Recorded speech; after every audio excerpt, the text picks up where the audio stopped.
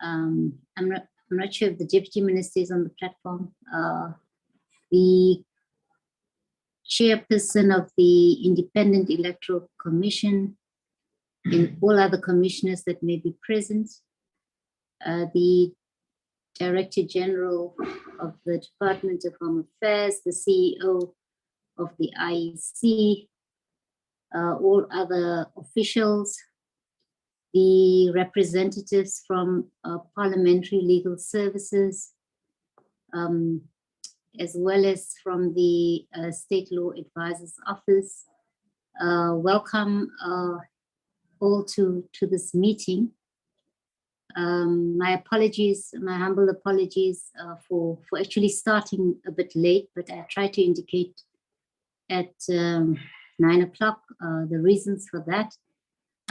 I see most members have actually joined, are currently on the platform.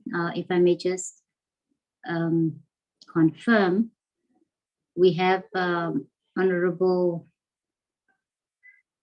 Nikolakis, Honorable Radebe, Honorable Dango, Honorable Seleku, Honorable Motsamai, Honorable Bartlett, Honorable Maleka. You'll just confirm your presence because you're using another name on a gadget, but I'll give you an opportunity. The names keep jumping, so I'm not sure if I missed out any. Honorable Dodovu. I'm not sure if I missed out any other member. No, I'm here. Yes.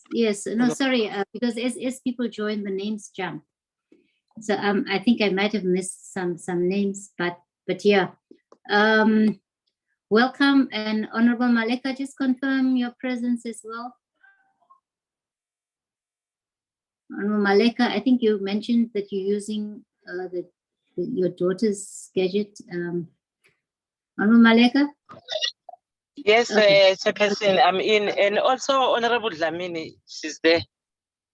Okay, Honorable Dlamini, Honorable Ndongeni. I think, yeah, we probably have like a full house. Okay, thank you very much. Welcome once again, and to everyone present on this platform.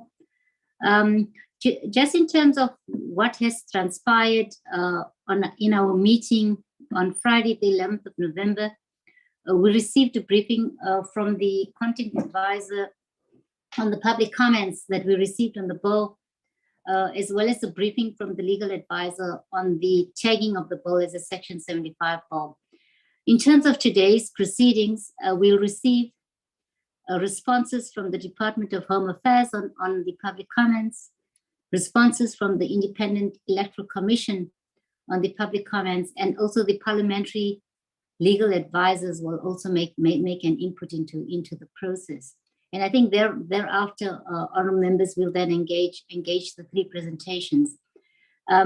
What we'll also do is maybe allow a 5 or 10 minute break between presentations so that members can reflect, be given time to reflect on some of the issues. I think then, let me then hand over to the Department of Home Affairs, to yourself, Minister, to start the process. Honorable Minister, over to you. Thank you very much, Chairperson. Chairperson, as a response to the question presented to us, naturally we gave those to our senior counsel because quite a number of the questions that were asked were about the law, the legality of what we are doing. So we gave them to senior counsel, who has written a memo for us. Unfortunately, the senior counsel could not be available today. So the DG will take us through the memo because they are explaining each and every question and answer. So even if they are not here, I'm sure the memo is self-explanatory. The DG will take us through it. DG, please. Good morning, Minister. Good morning, Chairperson, honorable members. Through you, Chair, I'll just ask for permission to terminate the video because of the connectivity that's not great. But I'm also joined by colleagues from the department, in particular from the ministry. The Deputy Minister is also in attendance, Chair. And then there's Mudupi Maisela Kamtuli, Musin Joko, and Riaz Musa, including Advocate Malakate, that have joined us. So, Minister, what we've done, as we've said previously to the Chair, we've clustered the responses in terms of thematic areas as they've been raised. There are comments that are of a general nature, and we are willing to respond to some of those issues, even if it's in writing further, if there's other further work that needs to be done. So we'll then go through the responses. There are 7 areas that Chairperson will deal with. The first one will be the reserving of the 200 seats in the National Assembly for political parties. And then I'll then deal with the issue of the discarded votes or wasted votes in quotes. And of course, the proportional representation for independent candidates. And then the third area that we'll deal with, Minister and Chairperson, is the long-term and broader electoral reform. And then the fourth one will look at the allocation of seats in the National Assembly vis-a-vis the provincial legislatures, and then the issue around vacancies, and then independent candidates contesting more than one region. And then the last focus area will be the signature requirement. Let me then start with the first one. In terms of the comments that were received, there were concerns that were raised in some quarters that the 200 seats that are reserved only for political parties and excluding independent candidates from contesting some of those seats is unfair. And you'll recall, Chair, that the Council has previously expressed a view that reserving half the seats in the National Assembly for political parties for the purposes of achieving overall proportionality generally. And from their own advice that they've provided to us is that it is not unfair, and it will likely be found to be constitutionally permissible. This is in response to the first issue that's been raised. And further, Council then expatiate by indicating that Section 157, 2 and 3 of the Constitution expressly contemplates an electoral system at local government level that balances, of course, Chair, the participation of independent candidates and proportional party representation in a similar fashion. And Council further advises that if you were to look at subsection 2, which requires that national legislation must prescribe a system for the election of members of a municipal council. And the first part then deals, Chair, with the proportional representation based on that municipality segment of the National Common Voters Roll, and which provides for the election of members from lists of party candidates drawn up in a party's order of preference. And the second part of that, which is B, deals with the proportional representation as prescribed in the paragraph above that I've just indicated, combined with a system of ward representation based on that municipality segment of the National Common Voters Roll. And if you were to go further to subsection 3, which requires that an electoral system in terms of subsection 2 must result in general in proportional representation. And I think, Chairperson, you'll recall that in the New Nation Movement matter, in particular, it is this comment that the Council has reminded us of by Justice Madlanga, who commented on this provision, and he indicated that when considering the participation of independent candidates in national and provincial elections undermine the proportional requirements of the Constitution. This is what is stated, and I quote, Justice Madlanga states that it is quite plain from the provisions of Section 157(3) of the Constitution that proportional representation is quite possible where there is a combination of representation through party lists and representation by individuals who need not be attached to political parties. And he further expatiates why he's saying so, and he states that in respect of the election of members of a municipal council, we were to look at Section 1572, it empowers Parliament to pass legislation that prescribes a system where members are exclusively elected through party lists, and then it cites Section 1572A, Section 1572B, Section 1572A, and of course 2B. And in that, it says that is so because in respect of ward representation under Section 157B, certainly does admit of independent candidate representation. And that is because in respect of ward representation, the section is silent on party participation. And it further states that it matters not that in ward representation, some, even most individual candidates may in fact be sponsored by political parties. But Justice Madlanga further states that if you were to look at Section 1573, which requires that an electoral system under Section 1572, in brackets they are referring to either exclusively party-based or comprising a combination of party lists and ward representation, must, he emphasizes, result in general and proportional representation. And he says this is the clearest possible statement that dispels the notion that proportional representation is consonant only with representation through political parties.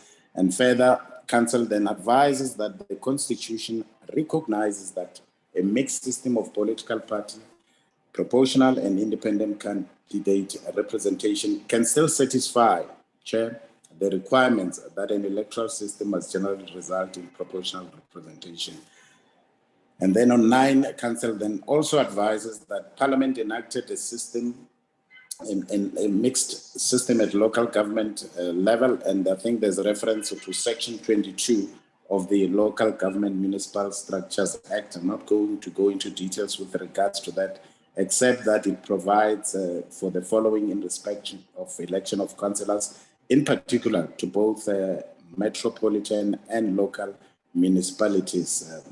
So there's a reference to what it provides for. But I want to move to 11, where it then says 2 ballots are then used to determine the seats. If you can scroll down there to 11, where it states that 2 ballots are then used to determine the seats allocated for ward councillors and proportional representation councillors, respectively. And from what councillors' view is stated here that from their own view, mirroring a similar system for elections of the National Assembly, including the use of 2 ballots, strikes a balance between permitting or allowing independent candidates to contest the election, but at the same time ensuring overall proportionality. And of course, while the Structures Act has never been challenged, they're of the view that it is constitutionally permissible. It provides a justification for the position that has been taken in the bill.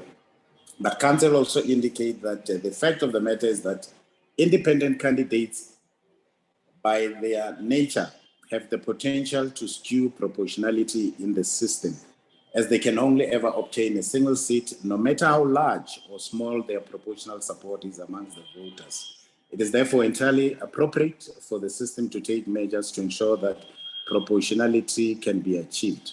Of course, they further state that political parties are the prime bodies through which proportionality is achieved in any electoral system. But further, Council then further advises that our own Constitution recognizes the role of political parties in our political and electoral system. And Section 1D provides that the Republic is founded on the value of, amongst others, a multi-party system of democratic government to ensure, and this is partly in response to some of the comments that have been received, including from the former chair of the MEC, Mr. Vali Musa, who indicates issues around accountability, responsiveness, and openness. And I think that's the same view that Outer and the others raises.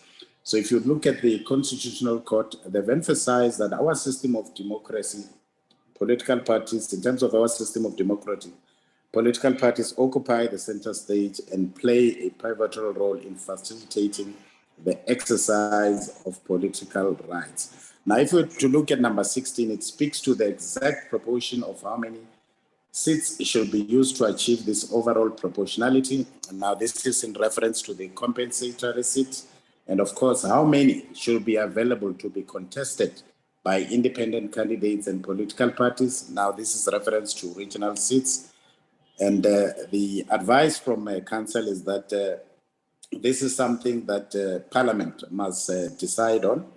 And of course, we do accept that an extreme skewing may be found to be rational if, for example, an independent candidate can only contest 1 or 2 seats out of 400. But reserving, from the advice that we've received from council, reserving half the seats as compensatory seat, it's irrational.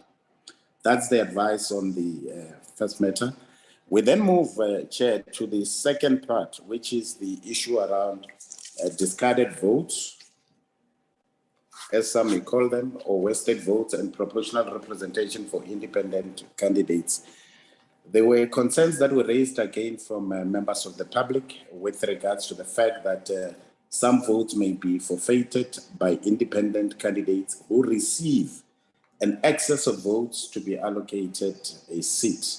And the advice that we've received from council, it's just a reiteration that virtually in any electoral system, there's always the occurrence of what might be termed as wasted votes. If you were to look at any other system, whether you look at India, whether you look at the UK, whether you look at Canada, whether you look at any other system that is available. In fact, in the book on politics of electoral system, Michael Gallagher speaks about the fact that discarded votes in any electoral system, it's something that is inevitable.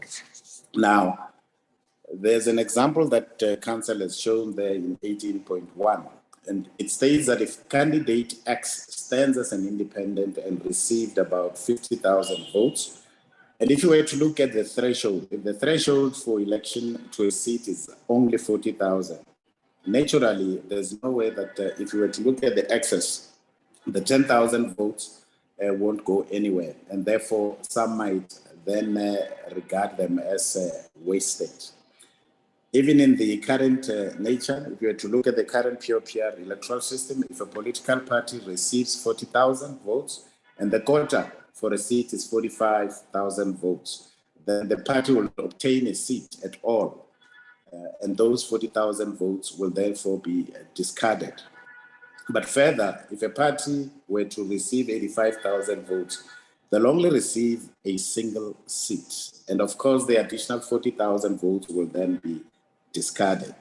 And if you were to look further, Chair, in the single member constituency or first past the post system, there are always wasted votes. This is a system, of course, that both UK and Canada uses. And this is because the election turns not on overall proportionality, but the extent to which a party or candidate wins the majority of votes within a single constituency.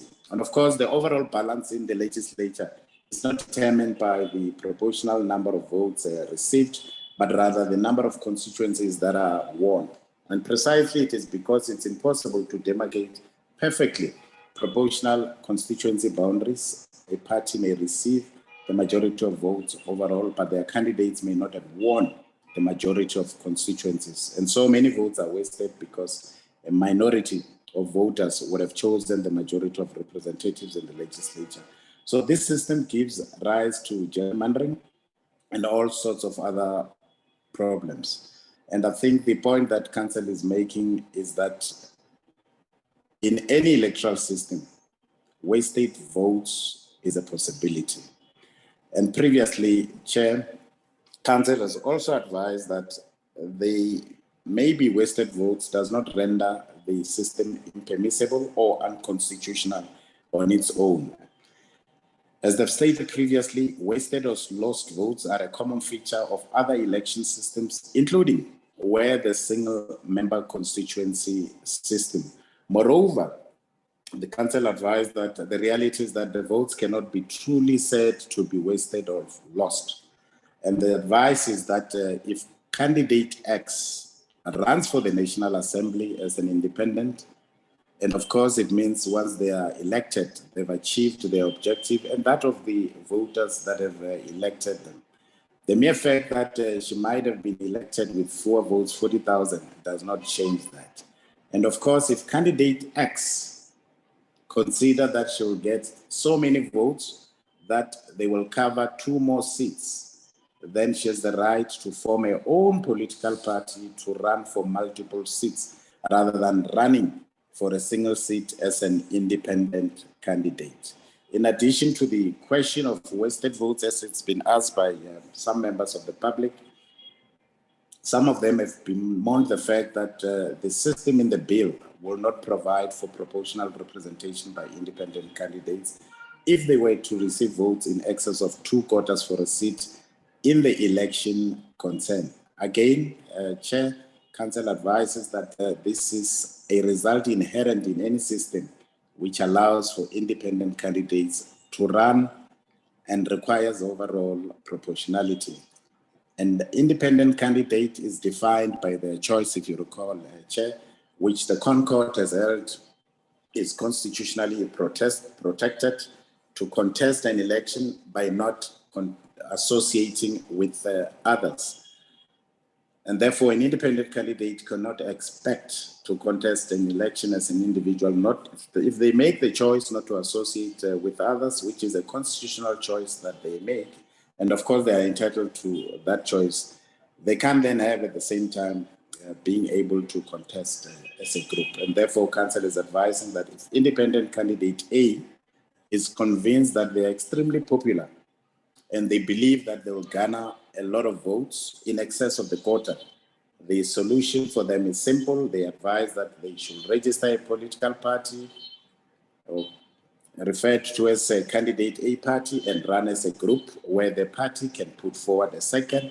So these are the options that they'll have: second, third, or fourth candidate, and so on for any other additional votes that they may require. So the suggestion of permitting, which is another issue that was raised, of permitting the transferring of votes by independent candidates to one another, according to Council, in their view, it's not required by the Constitution. In fact, they go further to say they are in actual serious concern about a system which allows an individual candidate to pass excess votes to other candidates or parties. And they further indicate that there's no way to know whether those that voted for that candidate will want their vote to go to such other candidate or party. It will also potentially concentrate an enormous amount of power in one individual, which will undermine the founding principle of a multi-party system and, of course, the value of proportionality. Then the third area that we will deal with, Chair, looks at the long-term and broader electoral reform. And these are some of the issues that are raised from some of the public comments that we've received. In some of these public comments, there's criticism that is leveled against the bill for not undertaking major electoral reform. And of course, the reasons why the bill addresses the inclusion of independent candidates into the current electoral system and does not change the system as a whole are numerous. The first one, of course, in response to Mary Mavanyisi from Ward 22 in Polokwane, the Eastern Cape Civil Society, representing 7 organizations, and Zolani Nonyane. Firstly, these individuals and organizations have stated that the time allocated, Chairperson, for the amendment of the Electoral Act is extremely short. And from their own view, they indicate that the period should be extended to at least 2020 for consultation to be effective and meaningful. Now, if you were to look at the first issue that Council has raised, is that the relatively short period of time in which the amending act needs to be passed, both in light of the deadline imposed by the Concord or prescribed by the Concord, and the fact that the next election must be held in 2024 as prescribed, meant that it would not have been possible, Chairperson, to amend the entire system, for example, to include the creation of new constituencies for the election to run. So that's the first area. The second one is that the current parliament has no representation from independent candidates, as the system did not permit them to contest elections for the national and provincial legislature. And Council is of the view that the new system proposed in the bill should be adopted for the 2024 elections, having cited the two reasons above. And of course, for sure, the IEC will expatiate on some of these issues. And that the bill should specify the creation of a body of experts. This is a proposal in terms of how to take forward the issue that's been referred to as long-term and broader electoral reform. The proposal from Council is that a body of experts comprising broadly representative of society to undertake a more thorough and long-term investigation into the electoral system and therefore propose more long-term and larger reforms to the system should they be appropriate. And I suppose this will then give Parliament, of course, the Department of Home Affairs and the Electoral Commission and society as a whole much more longer period of time to consider the issues raised by the independent candidates in the electoral system and how best to balance this with the constitutional requirements of proportional representation in the system. But further, Council advises that the 2024 elections will provide concrete evidence of any merits or demerits of the proposed system. And the elected parliament, which provides the long-term electoral reform, will be the result of a system which permits independent candidates to contest the election. So from our side, Council is currently considering this in terms of how this can be achieved in the bill. But obviously, I suppose this is a decision that Parliament, as a body representing the people, will have to make going forward. I now move to the next one. The fourth one is really the allocation of seats in the National Assembly vis-a-vis the provincial legislatures. In some of the public comments, Chairperson, it was pointed out that the system for allocating seats in the National Assembly and provincial legislature now differs in that for the provincial legislature, no seats are reserved for political parties as compensatory seats. And Council indicates this. How this came about was that the current system allocates seats, if you recall, on a national to national basis and provincial to national basis for the National Assembly, but no similar process is used for the provincial legislature. This was, as it seems, to enable a spread of National Assembly members from different 9 provinces, whereas no similar spread was deemed necessary within a provincial legislature. Of course, if we were to look at dividing from the advice that we've received from Council, they state that dividing the seats in the National Assembly to be allocated in accordance with regional seats and national lists submitted by political parties in this manner to enable the spread of representatives from the provinces. You'll recall that initially this was adopted in Schedule 2 of the Interim Constitution of the Republic. And of course, the allocation of seats in the provincial legislatures did not follow this approach in the Interim Constitution. Indeed, the floor seats were allocated in the same manner. And then Council then provides a schedule of how this was then done, including the spread of those seats in terms of the Interim Constitution. So if you move to 30, Chair, the bill follows the minimalist approach in line with the recommendation of the Ministerial Advisory Committee report, which was to use the current system and include independent candidates. And of course, Council also advises or warns that mirroring this system of allocation of seats in the provincial legislatures may cause practical difficulties. And they've indicated that in certain instances, it might result in 4 ballots used in elections for the National Assembly and provincial legislatures. So we then move to the next one. The next one then deals with vacancies. These comments were mainly looking at the provision which dealt with the filling of vacancies.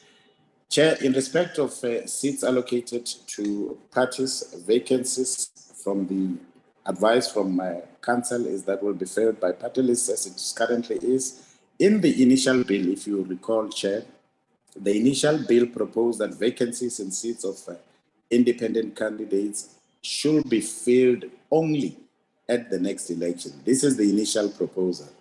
And therefore, there was also a view that holding by-elections will not be workable or financially feasible across an entire region or province whenever a vacancy arises. Now, if you were to look at the current B bill, which this committee or the select committee is considering, it adopts a system that the votes from the previous election will be used to fill the vacancy as follows. Firstly, it states that the votes and seats allocated to independent candidates causing the vacancy will be disregarded. Secondly, the votes and seats allocated to the independent candidate already in the office will be discarded. And then going forward, the result for the region or provincial legislature will be recalculated respectively.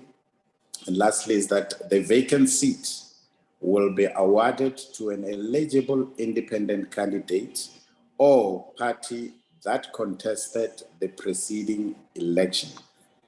From the view by Council is that this addresses the concerns that were raised in the public participation process, in particular concerns that were raised with regards to Section 47(4) of the Constitution, which provides that vacancies in the National Assembly must be filled in terms of national legislation. It was said that this requires the vacated seats to be filled even before the next general election. Of course, while it is true, as Council advises, that a seat allocated to an independent candidate that is vacated will be allocated to a political party and not another independent candidate. That is the system that best reflects the will of the voters. If, for example, the seat were to go to the next eligible independent candidate, that could, in theory, be a candidate who only received 1 or 2 votes instead of a party that received many thousand. That will evidently not fulfill requirements of proportionality, as the Council advises. Of course, there's a downside to this approach, as Council advises, and it states that those voters who choose a specific independent candidate on their one ballot and who won a seat would have their votes removed from the reallocation of the seat consent. There are 2 answers to this that Council provides. The first one is that the nature of the system of independent candidates and the voter must vote knowing the limitations of the person they vote for. And the second one is that the voter, in any event, still had and presumably exercised their opportunity to vote for the compensatory seats on their ballot or on the other ballot, so their vote still impacts on the makeup of the National Assembly. Now, that's with regards to the issue around vacancies. So I'm going to deal now with almost the last 2. The last one, or the second last, is the independent candidates contesting more than 1 region. If we were to look at the current bill, Chairperson, the bill permits independent candidates to participate in more than 1 region for election in the National Assembly. And if you were to look at the original bill, this was not permitted in the original bill, or the original bill did not cater for this. And Council has previously advised that such a system will be constitutionally compliant if we then allow independent candidates to participate in more than 1 region. And the advice that the previously provided states that the bill provides that, and I quote, if an independent candidate stands to be allocated a seat in more than 1 region, he or she is only allocated a seat in the region where he or she received the most number of votes and shall forfeit any additional seats. And Council fully supports the inclusion of a rule which governs the seat that will be allocated to an independent candidate. In the event that they receive a seat in more than 1 region, it will be patently inappropriate to leave that to the individual discretion of the candidate. And from the advice that we've received from Council, they state that in their view, consideration should, however, be given to stating that the candidate will be awarded the seat in the region where he or she received the highest proportion of votes rather than the greatest number of votes per se. And they indicate that one, it is because in some regions, a candidate may receive a large number of votes, but proportionally receive less support. And this might happen in regions with larger populations like Gauteng or KwaZulu-Natal. And of course, in smaller populations, in provinces such as the Northern Cape, the candidate may receive fewer votes numerically, but a larger proportion of support from the electorate. In the view of Council, a rule that awards the seat with a greater proportion of votes better gives effect to the voice of the voters. Of course, there's a downside to this as well. And the downside to allowing independent candidates to contest more than one region is that there are likely to be more wasted votes. Secondly, a candidate may obtain enough votes for a seat in both Region A and B, and they can only get a single seat, however. So the voters in the region where the candidate does not take up a seat will lose out. Of course, there is, of course, no way to avoid this problem that we've stated. One could not, for example, permit votes to be aggregated across regions. So this is one of the comments that's made in the submissions made to the select committee. And this is because different regions will be allocated a different number of seats. And this will depend on the size of the population in each region. More seats will be available in regions with larger populations, and aggregating votes across regions will completely append that principle. And as Council sees it, the wasted vote problem is one that is inherent in any system that allows independent candidates to contest elections. But from the advice that we've received, they've then said this is a matter that Parliament will have to make a call on, and I think that's our submission as well. Then the last matter then deals with the signature requirement. And Council starts by providing the following. One is that if we were to look at Section 31B, 3A of the bill, which is the one that's before us, the following must be attached to the nomination form when it is submitted. A complete prescribed form confirming that the independent candidate has submitted in the prescribed manner, and amongst others, the names, identity numbers, and signature of voters whose names appear on the segment of the voters' roll for that region or province in which the independent candidate is standing for election, and of course, who support his or her candidature, totaling at least 20% of the quota for a seat that was required for a seat in the previous comparable election. Now, some of the comments in the submission by Council will be responding to what Atkins commented about. And in principle, Council is repeating what they've previously stated, and they said that they repeat that they're of the view that using a formula to determine the voter support eligibility requirement will be a rational approach. The previous quota for a seat in the National Assembly, if you recall, Chairperson, was approximately 44,000. And of course, assuming that a similar quota will occur in future, it will require an independent candidate to demonstrate the support of at least 8,800 voters in order to contest an election. And further, Council advises that it will be more difficult for an independent candidate to satisfy the eligibility requirement for each and every election than it would be for a political party to register with the Commission for any election. And Council also advises that if you were to look at Section 15.3A of the Electoral Commission Act, it provides that a political party's application for registration for purposes of contesting all elections shall be accompanied by that party's deed of foundation, which has been adopted at a meeting and has been signed by the prescribed number of persons who are qualified voters. Further, the Commission is empowered to prescribe the number, consent, and of course, the relevant regulation currently provides that the deed of foundation referred to in section 11 of the Act must be signed. If we were to look at the next page, it's 1,000 registered voters for an application in respect of the entire Republic. And then, of course, 500 registered voters for application in respect of a particular province, 300 registered voters for application in respect of a particular district or municipality. Accordingly, political parties require at least or almost 1,000 voters to register to contest an election.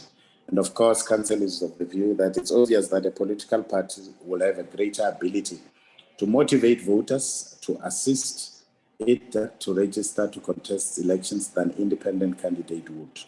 And they are of the view that requiring an independent candidate to obtain 8 times the number of votes to contest one election than a political party does to contest all election strikes us as arbitrary and unfair. That's the advice from them.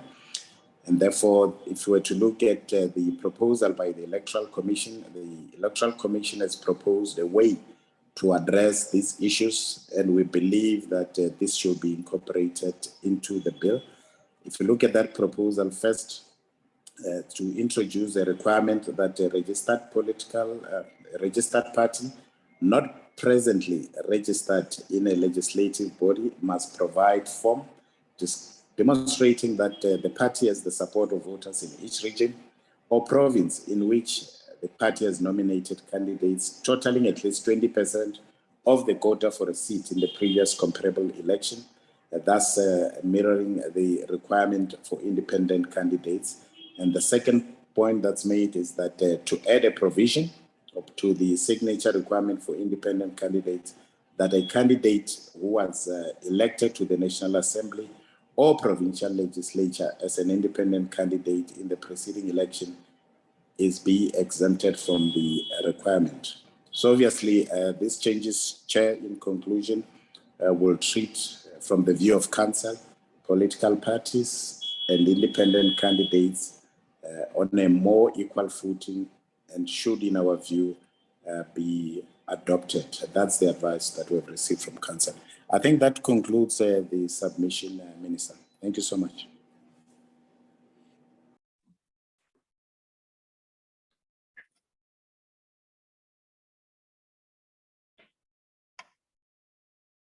Thank you very much, DG. Minister, do you want to add as well?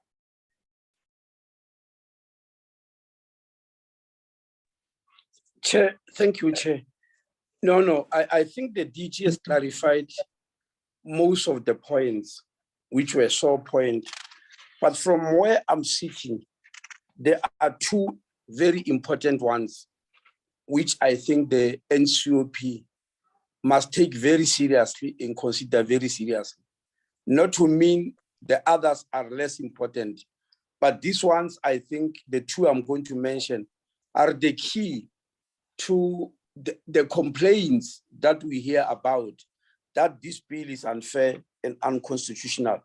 So the first one, I'll start from the last one, I'll make it first, is the last one that the DG has dealt with, this issue of signature requirement. I want to explain it very fully, and not to say the senior council has not done a good job, they have, but because members here might not be well acquainted with what is being said here. I want to explain exactly the background, where this comes from, and why are we here where we are. What the council is saying is that in 1996, not 2006, when the Electoral Commissions Act was enacted, the Electoral Commissions Act is an act that founded the IEC. That means it's an act that brought the IEC into existence. In that act, in the regulations of that act rather, they are mentioning this issue of 1,000 signatures, what the council here called the deed of foundation, that a political party in its deed of foundation, that means in its founding document, must show that it has got support in the population, so that we don't go around registering one-man political parties, two-man political parties, or even 10 men, or even 100 men political parties, men here representing both male and female. So they said for that reason, they put these figures which you see on which you see on section 45(3), Roman figure 1, 2, and 3 of what the senior council has presented, that if the person, that political party want to have a footprint nationally, then in their detailed foundation, they must bring 1,000 signatures. If on the other hand, they believe they are going to confine themselves to a province or a region, then they must bring 500. And if they are going to confine themselves to a metro or a district municipality or a metro, which means in all the elections, they will be confined there because their detailed foundation is saying so, then they must bring 300 signatures. That is what happened from 1996. Now, obviously, and for very obvious reasons, nothing could be said of independence because there were no independence in the national and provincial legislatures. Independence were only found in local government. So nothing was said about independence. And we've been running like that from 1996. Now you fast forward 2022, we've been compelled by the court to include independence in both the province and national. Now suddenly an issue arises. If a founding document, founding provisions, a deed of foundation rather, for a political party is a certain number of signatures, what about an independent? Now independents do not have any deed of foundation. They are not required to register. No human being is required to register as an independent. Even in local government from 1996, we have not been doing so. They are not required to register. But what they are required to do is, you can't just wake up and find all independents on the ballot. There must be a qualifying criteria. In other words, there must be some numbers that are produced by independents to show really that they've got some bit of support. So in the Act, Parliament was compelled to put something like that, that because independents don't register, but to appear on the ballot box, ballot paper, so as to avoid a million names on the ballot paper all contesting, there must be a qualifying criteria. And that criteria is in terms of money deposited, but also in terms of signatures. Now, there doesn't seem to be a lot of argument or criticism or discussion about the money. The issue here are signatures. People are then going back to compare with 1996, because in this bill, the amendment bill, Parliament then said for an independent to appear on the ballot, the signatures must be equal to 50% of the voters, of the votes rather, 50% of the votes that were required to win a seat in the previous election. That's what Parliament had decided. After a long time, they said 50% is too high. It was taken down to 30% and eventually down to 20%. That means for an independent to appear on the ballot, they must acquire a number of signatures that are equivalent to the number of votes that were needed to win one seat in the previous elections. Now, this 20% is confusing people. Some take it as 20,000 votes, when actually it's 20%. Now, regarding what happened in the previous elections, 20% is equivalent to about 8,000 votes, not 20,000 as people are claiming. 20% an average seat, 20% of an average seat in the previous elections. Obviously, that's the election that took place in 2019, is 8,000 votes, which means all independents will have to acquire 8,000 signatures in order to appear on the ballot. Now, people are comparing this with the 1996 for a deed of foundation for a political party, which is a maximum of 1,000, and they are saying this is unequal. We, of course, do agree that this is unequal, and we think the NCOP must cure this inequality. That's why then there is this proposal that in the bill, we must now insert something that doesn't exist from the National Assembly. The NCOP must now insert that we now even go for new political parties, that any political party that is new, which wants to appear on the ballot, must also present the same number of signatures as is required from independents. That's number one, which must be in the bill. And number two, it must say for both the independent and the new political party, once they produce these signatures and win a seat in the National Assembly or provincial legislature, in the subsequent election, these signatures are not needed because they've already proven themselves that they do have support. This is to make sure that we equalize them with the present political parties, because even in the bill from the National Assembly, this signature requirement is not required from the political parties that are already in parliament, for the reason that we believe they've got nothing to prove. They've already proved their worth, they've already proved their support. The fact that they are having a seat, even if it's one, shows that there is a certain number of South Africans who appreciate them and support them. And for that reason, nothing is required from them. So what we are asking you to do is to insert in the bill from the National Assembly, number one, that the number of signatures required for a new political party, and that is required for a new, an independent to appear on the ballot, for both to appear on the ballot, the signatures must be the same. That's number one, you must add. And number two, in that regard, that once they win a seat in the subsequent elections, they will no longer require any signatures from them. So that's basically the most important thing we're asking you to put in this bill, as opposed to what the National Assembly has done. The second one is this clamor for constituencies.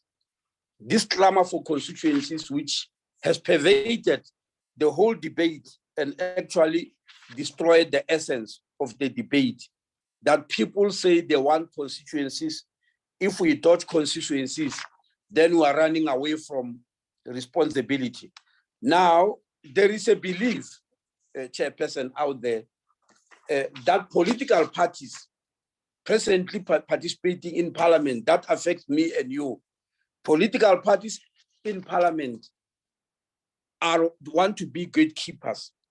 They don't want to be voted out, and that's why they are uniting in keeping out independence in terms of constituencies.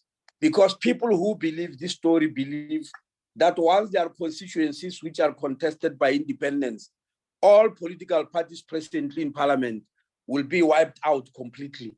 Whether that is true or not, I'm not here to debate that. But the fact is that people are demanding constituencies. They believe constituencies will be a game changer to the present system which we are having, which is broadly represented by political parties. Now, Chairperson, we were not in principle fighting against the issue of constituencies. We never took a decision that there shall never be constituencies. We never did so. We just did not answer that because in this particular Constitutional Court ruling, that is not being provided for, is not an issue. In fact, Justice Madlanga, on paragraph 15 of judgment, I want you to go and read it, is also here, clearly said that issue is a purview of Parliament. It's not part of the judgment that this type of electoral system is better than the other, and this one is good, and constituencies are very good, and all that. They said they are not venturing into that, and that they are leaving to Parliament. Now, Parliament being faced with this had to make a decision. Do we go into constituencies We preferred not to answer that question, Chair, for the simple reason that there was no time, and I'll tell you why. If you look at option 2 of the Ministerial Advisory Committee, where they were saying we must choose between 2 options, option 2 was saying we must divide the country into 200 constituencies, where independents and political parties will contest, and the other 200 seats will continue in the way they are doing. That means in the way of compensatory seats, which come directly from political parties.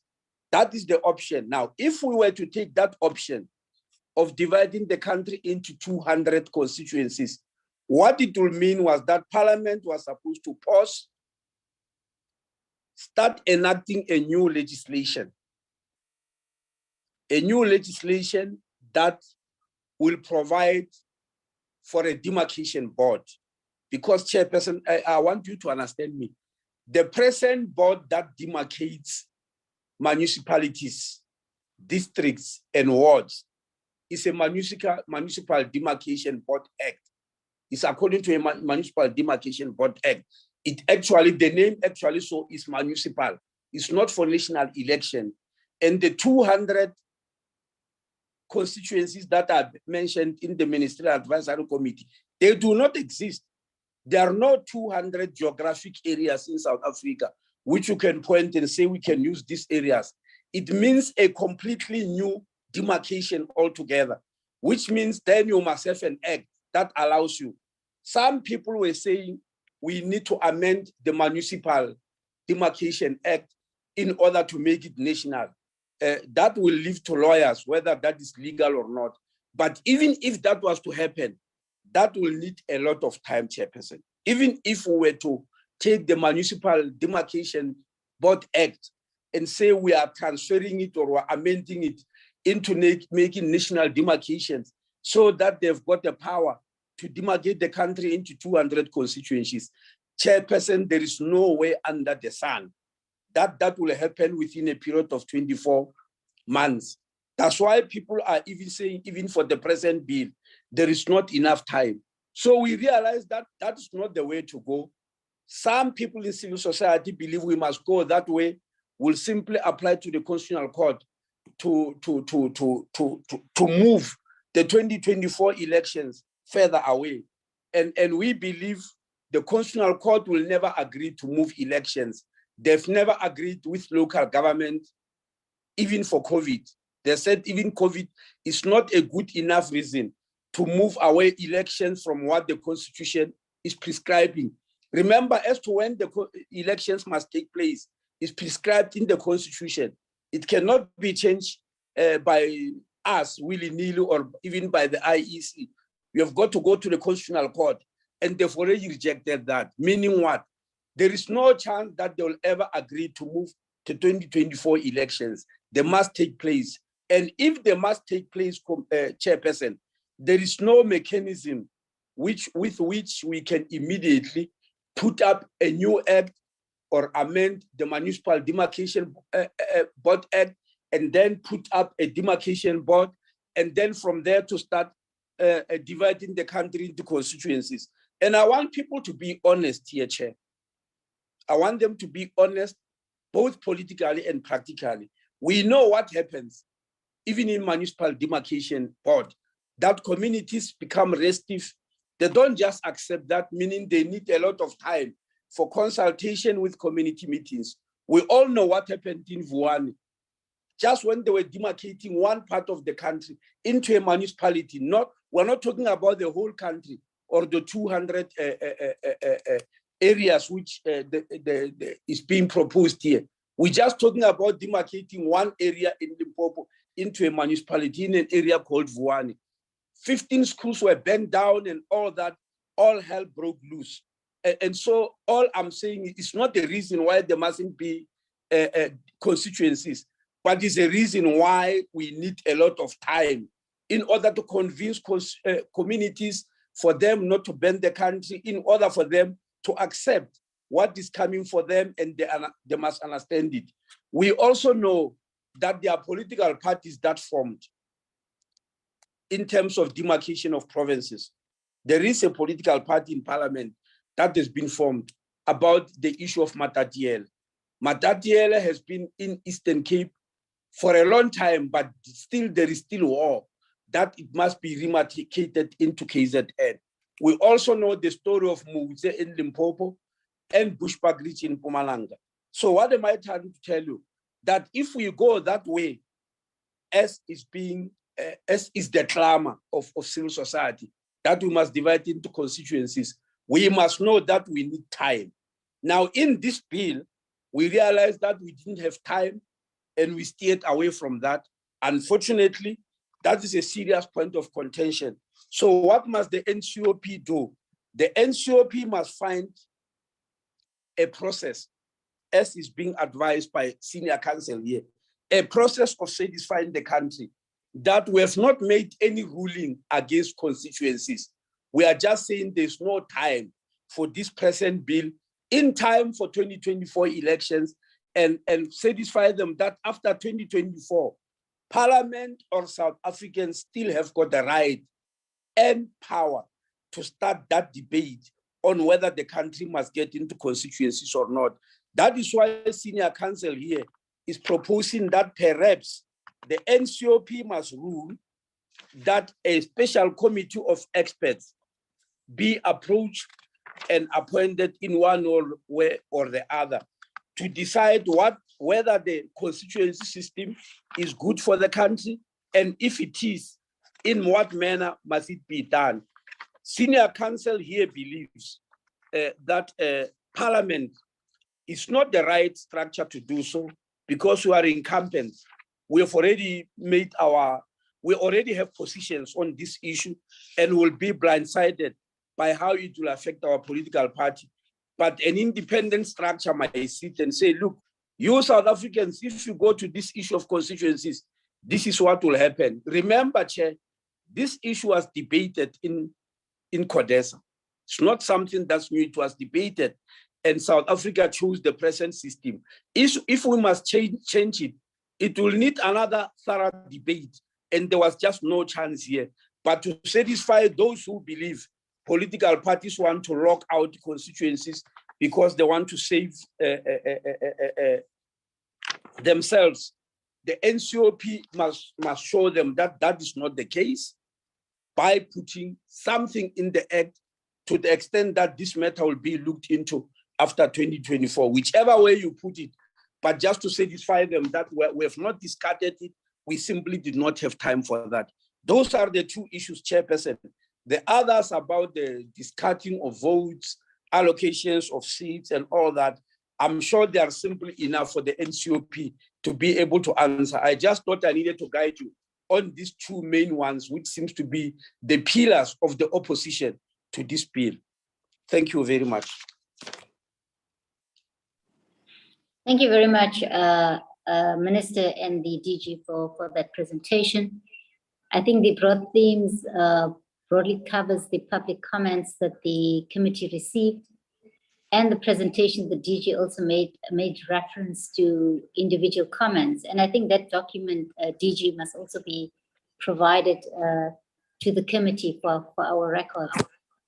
Let me also thank the Minister for highlighting those two points and also providing context to the two important points. I think the next presentation we're going to take is that of the IEC. But before we do that, I just want to remind honorable members to note down their comments and or questions that they would want to raise once we are done with all the presentations. The second thing is honorable members that are currently at the venue where we are in KZN. If you're still struggling with network, I'm suggesting that you actually join us in the boardroom. We don't seem to be having a network problem in the boardroom. That being said, let me then hand over to the IEC chairperson of the commission. Over to you.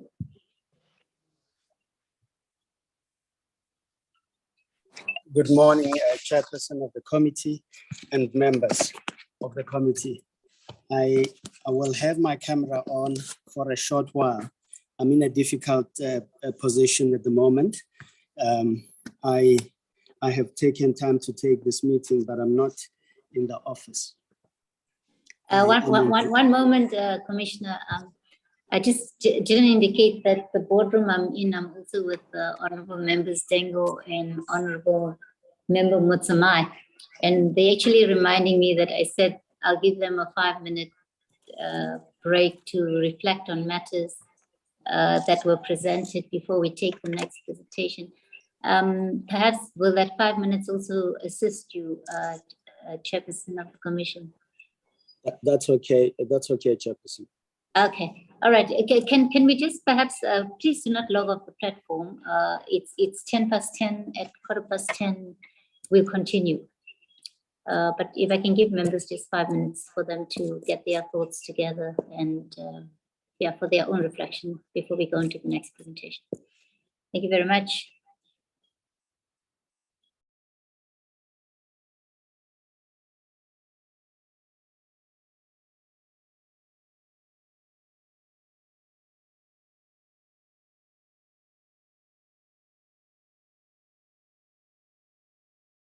Let me just Kenny, what is the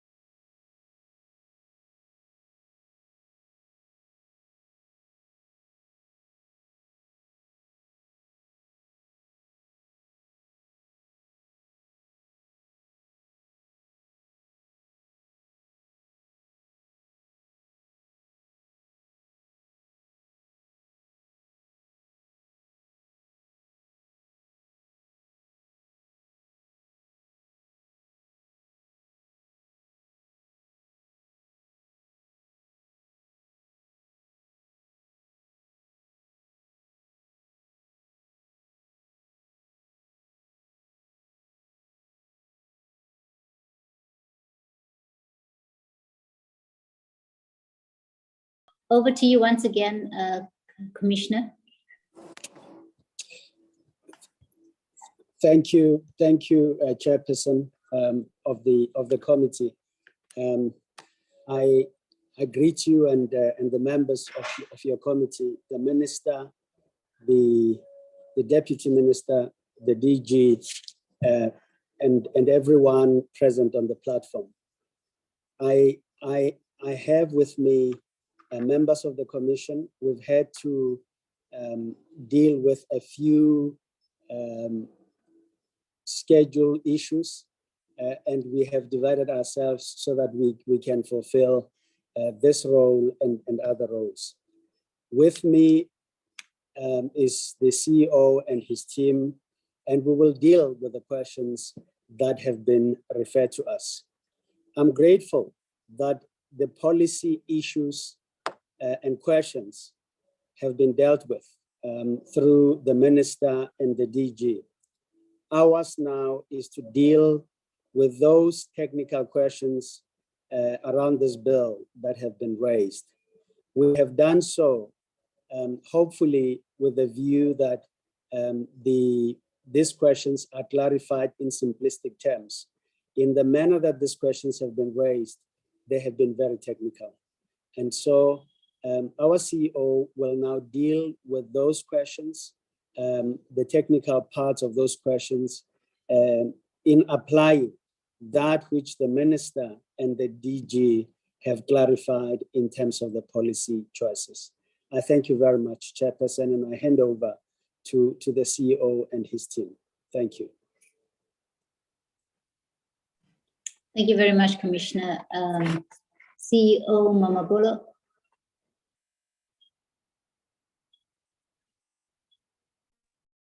No, thank you very much, Chairperson of the committee. We're going to navigate.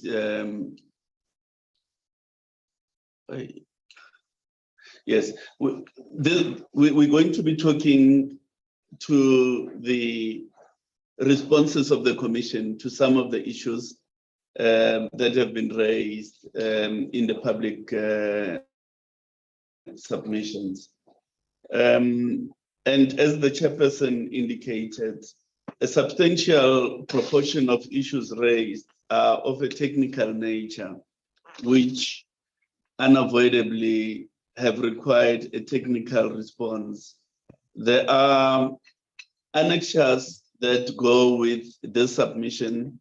I nonetheless don't propose to deal with the annexures because they involve mathematical calculations. But I think those are submitted for the record. And should there be need on another occasion for the committee to go through those annexures, the IC will stand ready to participate. We will deal really with the logic that arises from the analysis that is in the models that are created. But before we commence, we just want to reiterate that our understanding was that the Concord ordered Parliament to ensure that independents participate within the current constitutional scheme, which results in general proportional representation.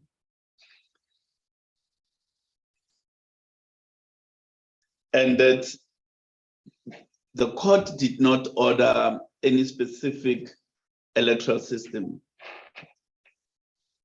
They indicated, or rather ordered, that whatever system that Parliament may come up with must subscribe to the in general proportional representation standard. Having said so, the proportional representation systems are subject to distortions with the introduction of elements such as the participation of independents. And that is an inevitable practical consequence of the introduction of independent candidates. And our analysis is that the only way to include independents in our current two-tier compensatory system is to allow them to obtain seats and regard that as a separate component, and then apply proportionality in respect of the remaining seats to political parties.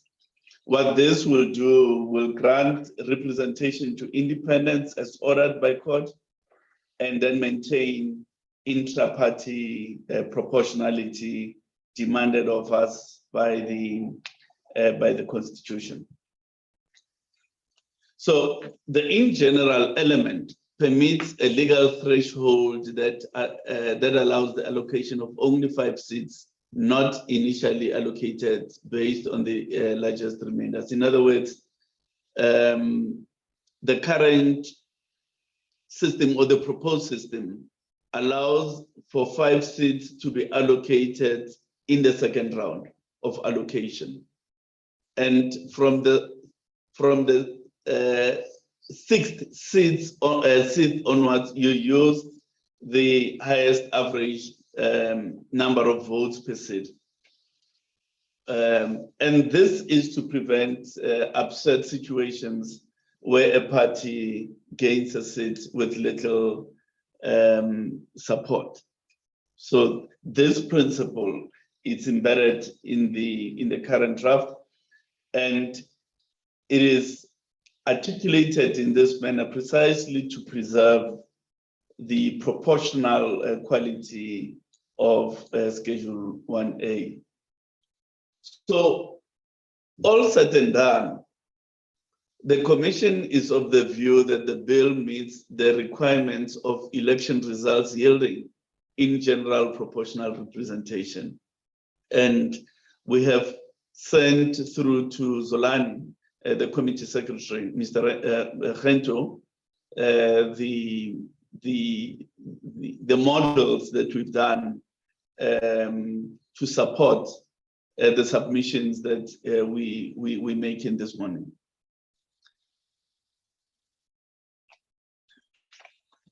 Now, when we look at the current system, in other words, the system still in operation, and in particular, when we look at the 2019 election, it will be noted that the only party that is accurately represented at the level of proportionality is the majority party, and that all other parties are slightly overrepresented. And this comes about due to the inclusion of the 309,000 wasted votes cast for 34 parties that did not gain representation. So even in a PR context, there is that phenomenon of the wastage of votes. There is votes cast for parties which don't ultimately gain seats in the Legislative Assembly. And what that does is to create a little sense of over-representation. And in all cases, the minor, although the variance is quite minor, at less than 0.25, that being the threshold to gain at least one seat. Now, we depict that in Annexure 1, which is available to yourselves. In Annexure 2, we depict the percentage support each represented party received in the 2019 election if the 309 votes of the unrepresented parties are discarded.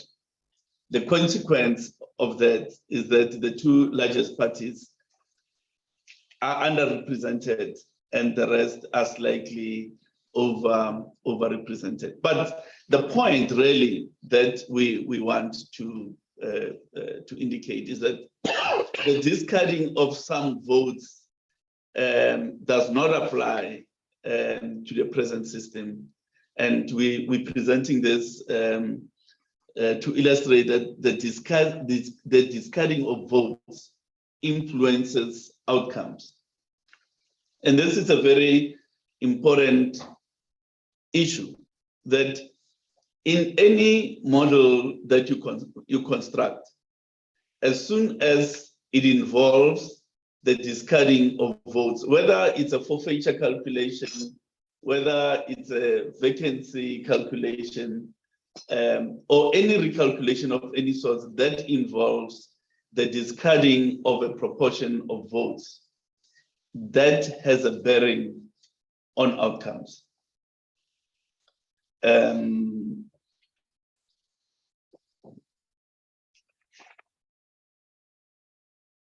Now, with the models that you'll see in that are embedded in the annexures, all votes are taken into account to determine the outcomes in the regions.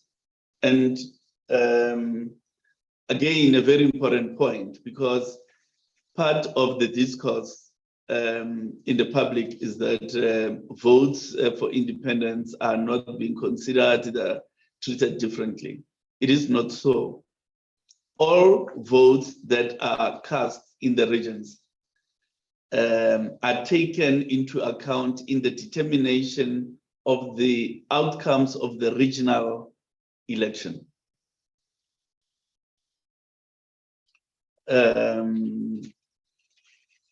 But with the determination of the compensatory, or what we call national to national element, the votes of the independents are excluded, precisely because you want to compensate and restore overall proportionality in an endeavor to realize the constitutional standard of proportional representation in general.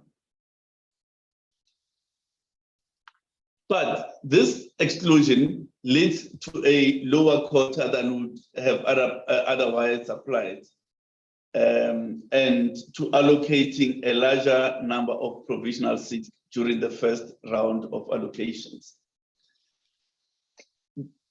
Naturally, when you exclude the votes for independence in the determination of your compensatory element, like we say here, the quota is reduced, and you allocate more because the quota is lower. You allocate more on the first round of allocations. The reason why votes for independence are discouraged while those for unsuccessful parties are not is because for successful candidate seats are already finally allocated, and an independent can gain more seats, can gain more additional seats. If you've already gained a seat, you've gained a seat, you are represented, and that is it's allocated to you. So really, I think what we need really to go with here, a takeaway, is that the exclusion or the discarding of votes in any circumstance, in any model, leads to certain outcomes. And one of those is that the quota is lower, it lowers the quota. And secondly, it allows for a greater allocation on the first round, precisely because of that lower quota. And then in section 3, we have models that we've created, the annexures 3 and 4. And they simulate 2 scenarios. One where 3 independents gain seats, and the other one where 6 independents gain seats. The results of the 2019 national and provincial elections are used, relating to 3 and 4 parties respectively, to construct the models. We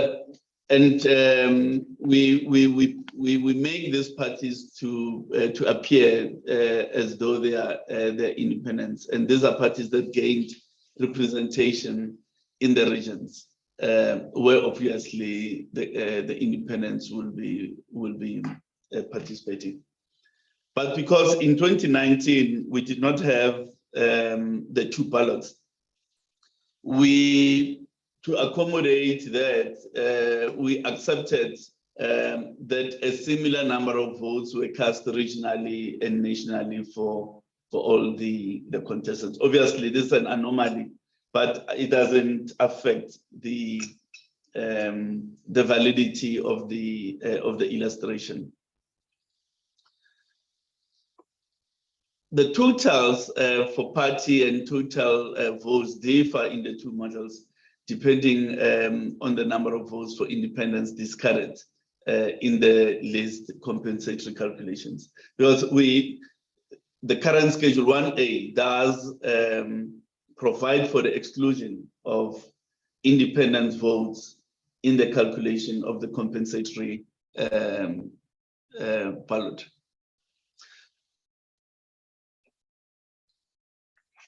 This is just an illustration. It's not an actual situation.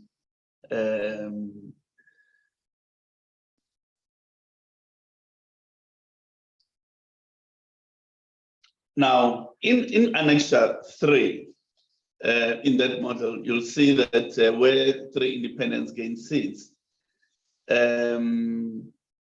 they gain those 3 seats on the largest remainder method.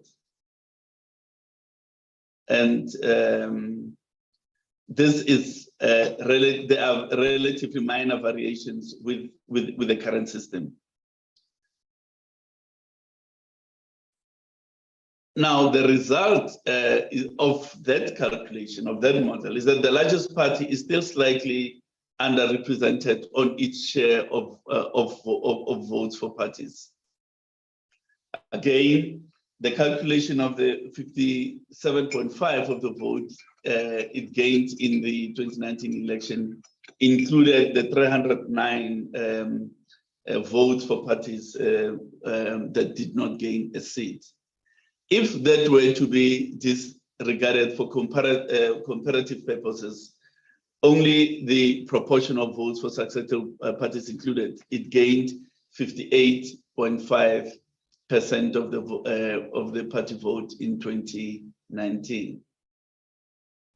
Now, again, here's an important thing: the difference between the intra-party and overall support represent at least 3 seats in the 400 National Assembly, and that perhaps allows for a proper comparison. Now, when we did say that the introduction of independence does create distortions to proportionality, but when you exclude the votes for the independents in the calculation of the compensatory element, the intra-party proportion remains very close. There's a close relationship between the seats that parties gain and their share of votes, having excluded the votes of political parties. In other words, when you exclude the votes of independents, the party has a different percentage of the total share of votes, and similarly, that translates into a different share of seats. But there's a direct relationship, a proportional relationship between the share of votes, the new share of votes, and the new share of seats. That I think it's an important point. In Model 4, Annexure 4.6, independents gain seats. Once again, on the largest remainders, the variation becomes even bigger. The largest party gains 7 seats compared to the current system, and compared to the current system and position with other consequential adjustments. But the largest party remains underrepresented based on its share of the party vote, having excluded the votes of those 6 independents who have gained seats. It is important to understand why some parties in a model gain seats compared to 2019. 2019 outcomes, which is one of the submissions certainly has honed in on this matter. It is a mathematical inevitability, given the necessity to deal with independents and their votes in a compartmentalized manner.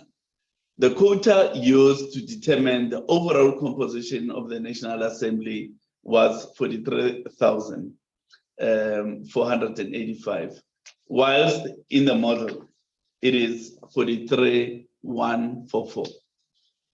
The reduction is due to discarding the votes for independent candidates, which include for unsuccessful independent candidates. So the effect of discarding of votes of independents in the calculation of the overall compensation results in a lower quota, as you can see, from 43,485 to 43,144.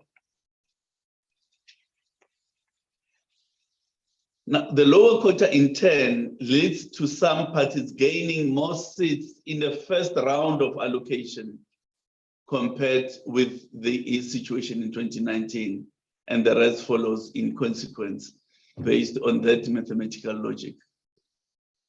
Now, whatever model one constructs, intra-party proportionality will always be attained on Schedule 1A.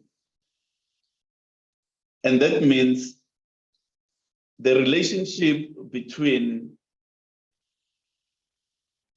votes, percentage of votes per party, and percentage of seats per party.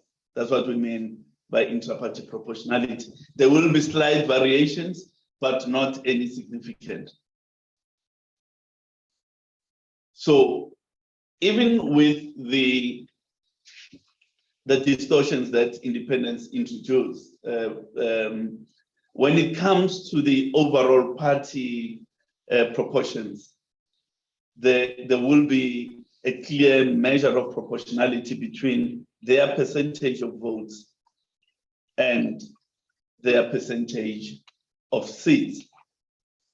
But we need not make a mistake of looking at the original percentage of seats, because when you exclude the vote for independents, there's a new percentage of votes for parties. We've got to compare their seat share against their votes, their new vote share, having excluded the votes for the independent candidates. I think that's a fundamental issue that appear to be missed in the discourse.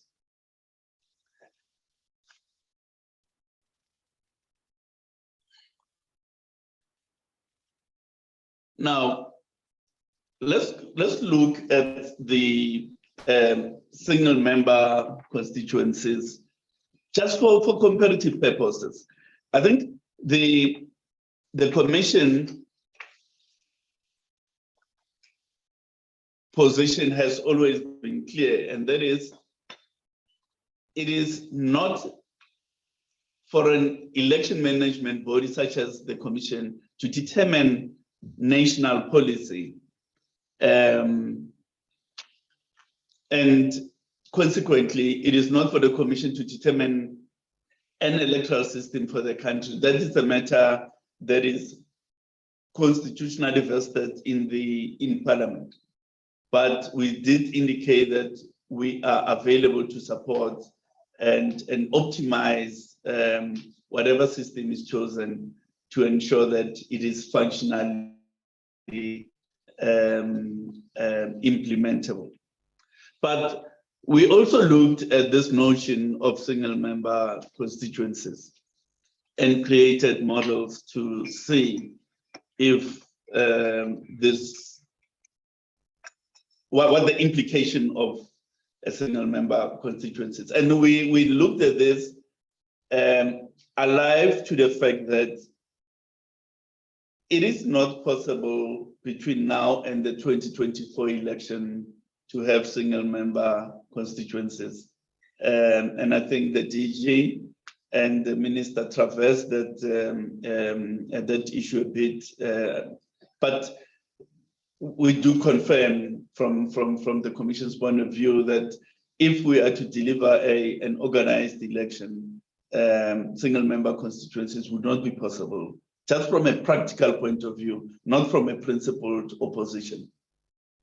So it is important to consider whether alternative models would result in what could be regarded as a more proportional outcomes. To this end, we do refer to Annexure 5. They deal with the notion of the 200 seats should be filled in a single member constituency as proposed as an option in the Ministerial Advisory Committee. Now, once you talk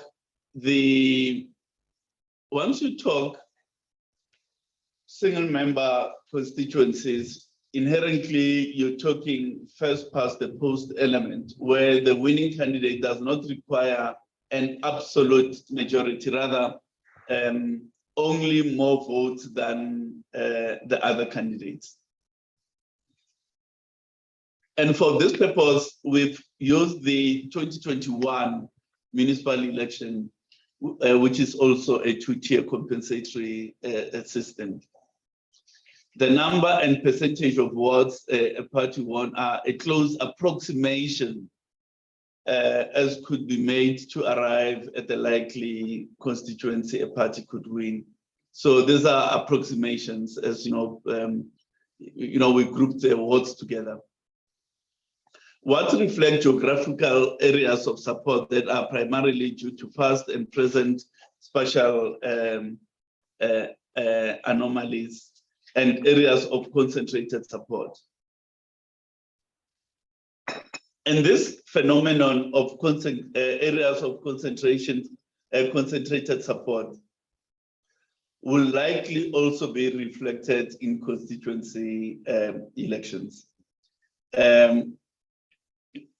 The outcomes in this model can naturally not be directly compared with those of other annexures used where we use the 2019 data set.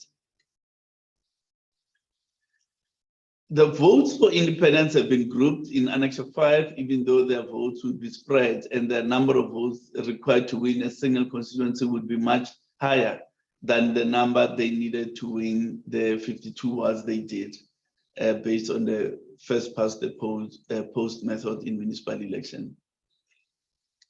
And we do this precisely to illustrate the maximum theoretical impact of independent candidates could have based on this data sets.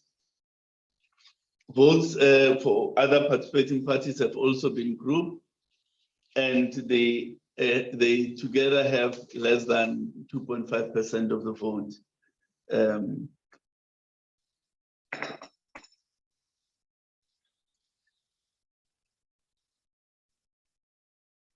Now, the results arrived at in the model marked 5 could be seen as more proportional than those achieved with the result in Annexure 3.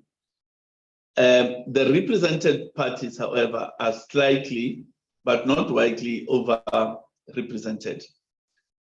But when you compare that with Annexure 6, the situation changes radically. The same assumptions are used.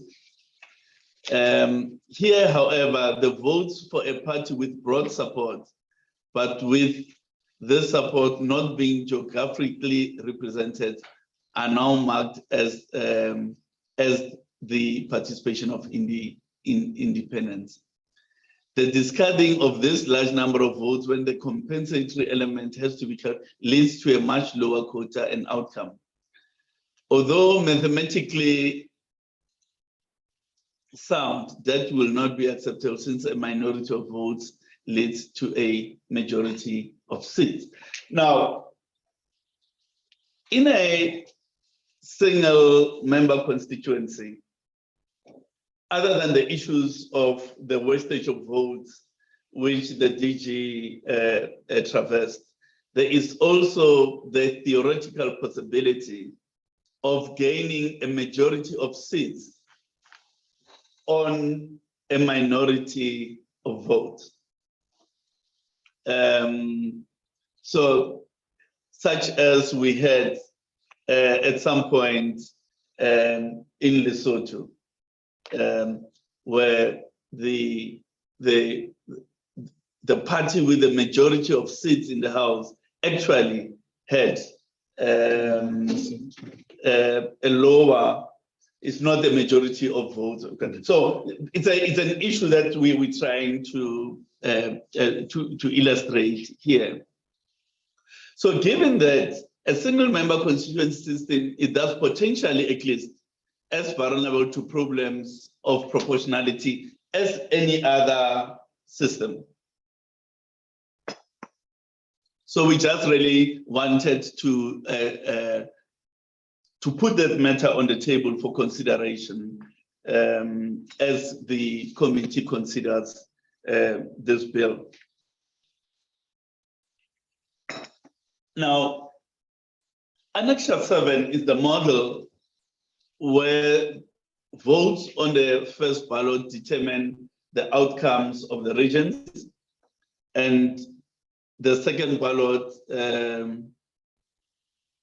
determines the outcome of the party compensatory ballot to restore overall proportionality. For this model, the identical data set is used as used in Model 4. In this model, regional votes are not considered when the compensatory list allocations are determined. Overall proportionality for 400 seats minus those seats that are gained by independent candidates in the regional elections must be filled. The regional seats are those attained in the 29 elections. So this is based on the 29 elections. The outcome of this model is not different from that resulting from implementation of the provisions of the Electoral Amendment Bill. Given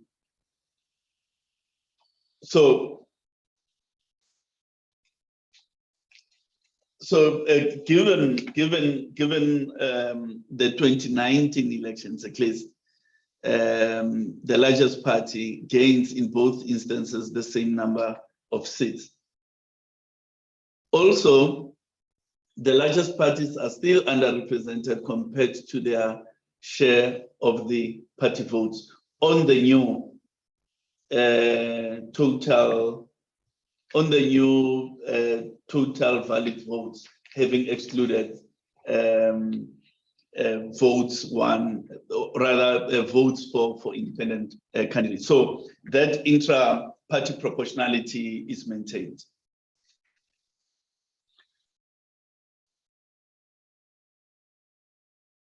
To an extent, the party votes in the regional component that, in terms of the bill, must be combined with the compensatory vote to determine the overall party support may, with the assumptions in the Model 4, have been overstated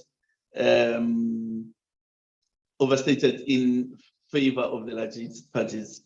Had actual data been available, the larger parties would have gained even fewer seats in the model in Annexure 4 than in model on Annexure 7. Now, the model that we have there does not correspond with the expectations of this approach, as expressed in the does not see the larger parties in the public domain, meaning it does not necessarily have an inherent advantage for larger parties, or is disproportionately gain, or rather that larger parties have a disproportionate gain of seats. That model does not say that. Now, the provincial elections, we also have a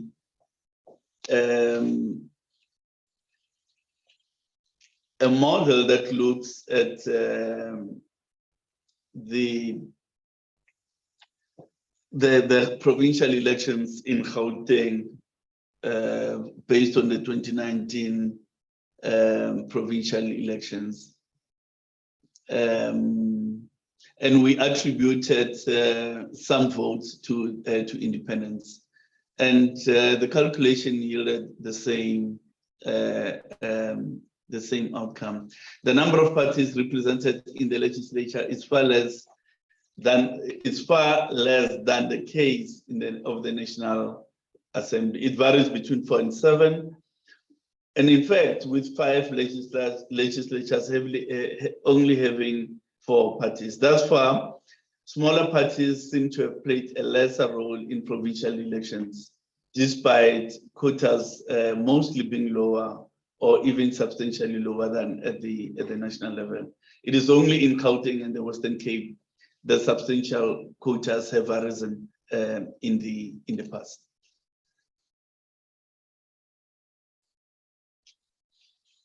Now, the scenarios that are before you that were submitted through the public consultation process about provincial elections are obviously based on hypothetical data and I assume great support for independent candidates. Now, those things may well materialize, and we don't take issue with their mathematical possibility, certainly not.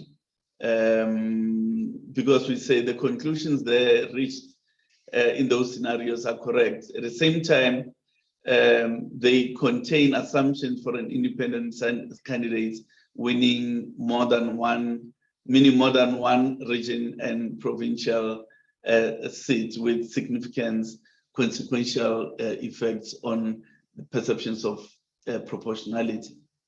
Now, whether these scenarios are likely to occur is not the point that we're arguing. These extremes can only be avoided if an independent is limited to standing only in one region. Now, that's a policy choice that has been made. And what the commission is about really is optimizing the policy choices made. And we also accept that the 2-ballot system with sub-regions will not be an answer either in the provincial election, because it will yield the same outcomes as articulated in section 5 above. Now, Mr. Atkins made a substantial submission to the Select Committee, and we wish to offer some comments on some of the issues that Mr. Atkins raised. The submission correctly states that the bill is based on an entirely illogical, as it says, illogical idea of individuals, that is, independent candidates being on the same ballot as parties, and that every problem with the bill arises as a consequences of the fundamental problem. Of course, these are correct. We have to include independent candidates in a system that has its general quality proportional representation that is demanded by the Constitution. And the Concord is clear that you've got to construct a system that includes independence but subscribes to the proportional representation, or rather a proportional outcome in general terms. And given the models that we are we've submitted, the reality of the inclusion of independence in proportional system induces distortions to proportions. That stands to reason that by introducing independence in proportional system, that inherently induces distortions to proportions. Now, the submission proceeds from the premise that for the bill to be fair and constitutional compliant, it should result broadly in the same outcomes as in 2019, if the same data set is used for calculation purposes. This is logically and mathematically not possible, and the reason is simple. If independents are finally awarded the seats they win in the regions, and you exclude both those seats and the votes for independent from further calculation, then inevitably the quota will be lower than it was in 2019 based on all votes cast. There's a new, once you exclude the votes of independents, there's a new percentage of votes share, and there's a new percentage of seats share.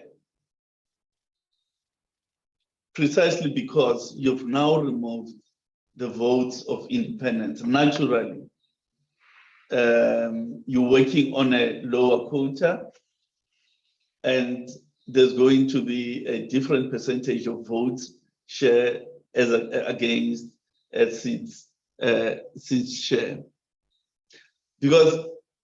And this is so because different quotas cannot give you the same results. And the reality is that lower quotas benefit contestants with greater support. Lower quotas will benefit contestants with greater support. And our view is that it must be so. We must reward greater support. That's what an election is about. It's about who has the better numerical strength.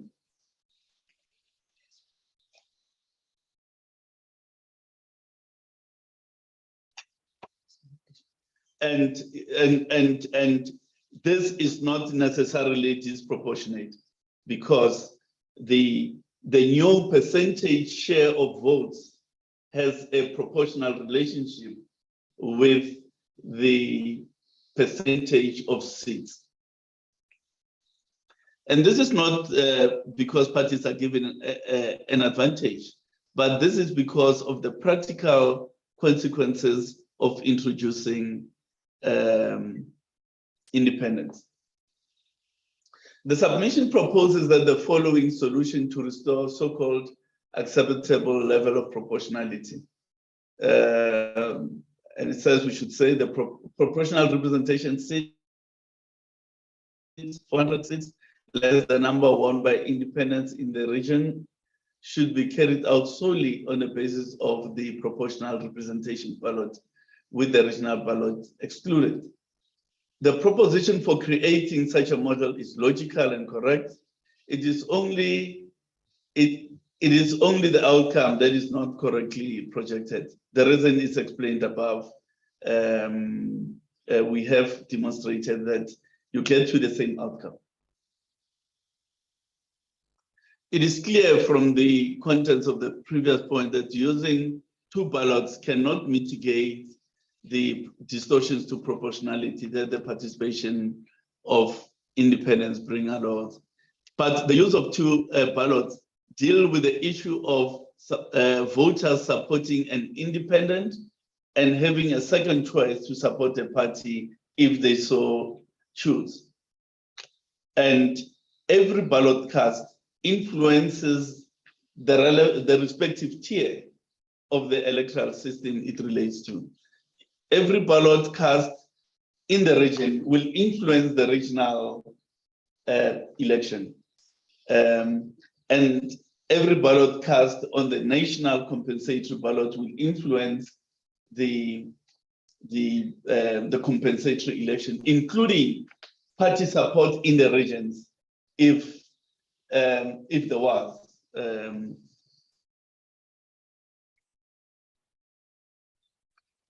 An individual cannot be elected more than once in the same legislature. Thus, discarding excess votes for successful independents is a logical consequence. if you are an individual, you win, and there are excess votes. Once you reach the threshold, you are in. And that seat that you have is protected. And it thus follows, therefore, that any excess votes you have to be discouraged. That parties do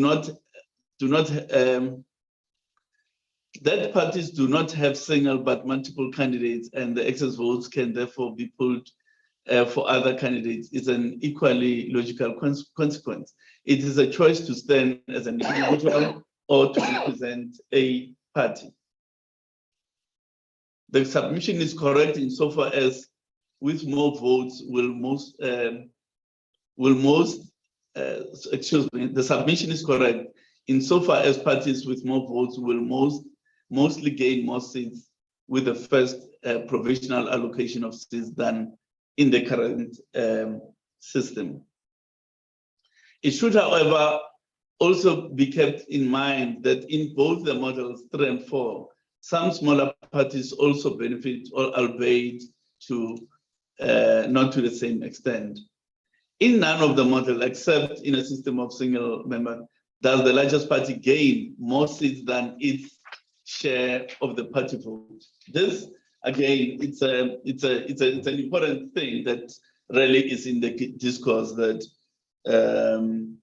the formulae is so constructed to ensure that the largest party gains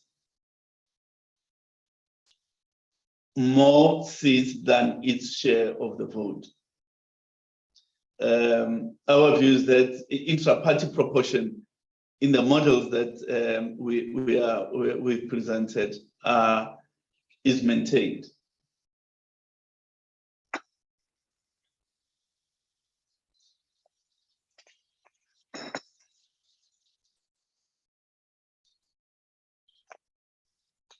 The submission is also correct that the outcomes in provincial elections could be largely distorted in an event of multiple simultaneous successes by an independent in more than one region and provincial election. The proposal that a person may only stand in one election and one is also sound. If accommodation of independents who have multiple candidates is permitted to stand, then the potential outcomes are mathematically unavoided. But again, a policy choice that is within the remit of Parliament.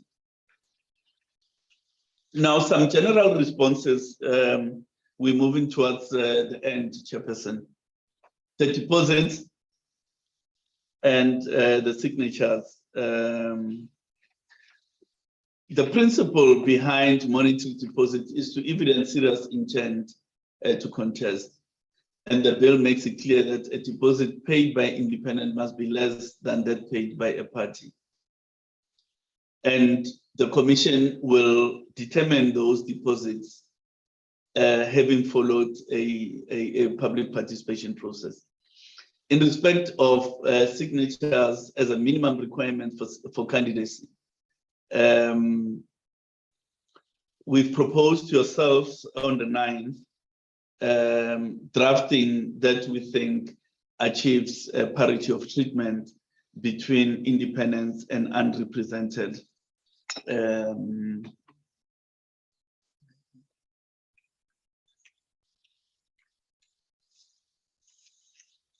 So we really urge the Select Committee to consider that matter quite seriously. And there are two components to it. One is introducing a comparable provision for unrepresented parties, similar to independents, and that an independent, once they are elected in a legislative assembly, at the next election, they don't necessarily have to fulfill the signature requirement like represented parties. On electoral reform and the proposals that have come the way, the Commission reiterates that the choice of an electoral system involves national policy that cannot be relegated to it. Rather, that the decision must be that of Parliament as a representative body. However, the Commission remains available to contribute in a manner consistent with its constitutional obligations and as determined by Parliament. the exact nature of the national policy conversation on electoral reform is a matter whose institutional and operational modalities have to be worked out. But the Commission is willing to service that national policy conversation on electoral reform. And whether it's possible to introduce constituency in time before 2019, I think the short answer really is that it is not possible. And in the redraft that we submitted, we've proposed an amelioration of a drafting error that was identified. And if that drafting error in schedule item 7 and 12 is accepted, then there'll be consequential adjustments to item 23 and 24 of the schedule. So point taken. Again, item 23, 3G, we accept that it's redundant and stands to be removed.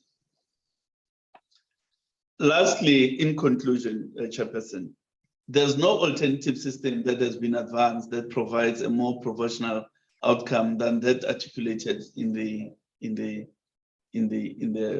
bill. Smaller multi-member constituencies, while logistically not an option in the short term, would probably limit variations from complete proportionality, but hold the same inherent problem that independence would still be a separate component, which will be a separate component with distortion impacts. While the compartmentalized nature of independence and their votes and seats may have a distorting effect on proportionality, importantly, intra-party proportionality is nonetheless maintained. The bill does ensure an outcome as proportional as mathematically possible. But we are alive to the fact that complete proportion or perfect proportionality is almost an impossibility. But at least the intra-party proportionality is maintained despite the distortion effects of the introduction of independence. Thank you very much, Madam Chair. And I think our submission today, Chair, must be read together with the submissions that we've made last week, together with the drafting proposals that have been submitted. Thank you, Chairperson of the Commission. I hand over to you.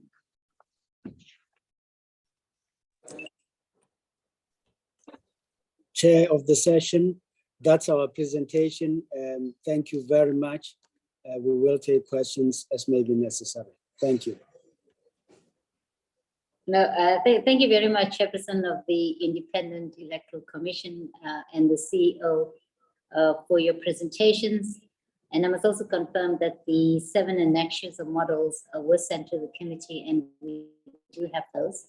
The IC has dealt with the technical issues raised by public comments on the bill, and we should also thank you for trying to depict these in very simple terms.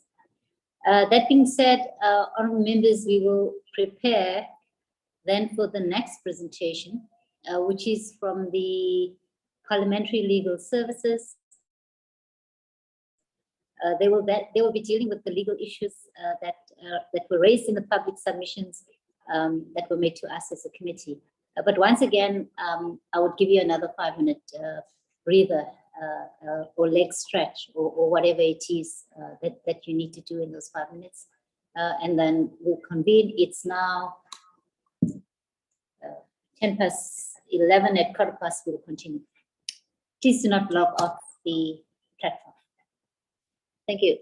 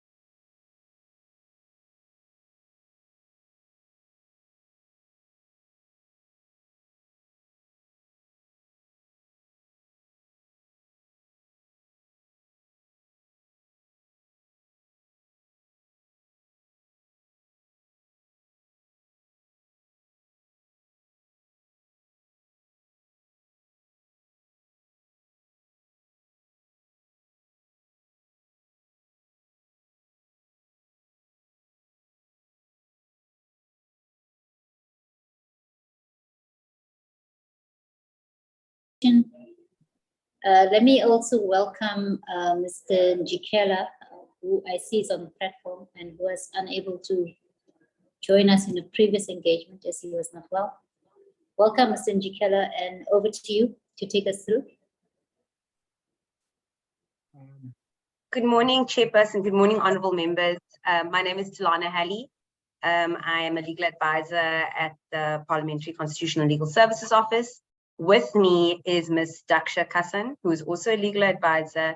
And as you mentioned, on the platform, we do have our senior legal advisor, Mr. Njikela, who has been the lead on the matter before us. I will switch off my video for bandwidth and then just share the presentation.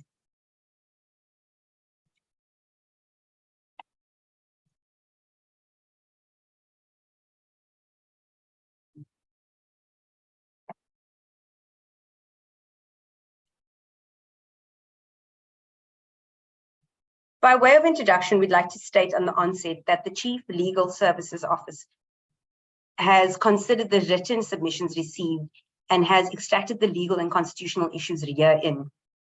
The Legal Services has divided the contents of the submissions into overarching themes and has summarized the legal and constitutional issues raised by submitters under the said themes. The submissions have raised many technical issues. For example, the effect of the recalculations, how seats are allocated, why there's only one ballot for provincial legislatures, etc., and which, as members have just heard, has been addressed by the IEC and the department.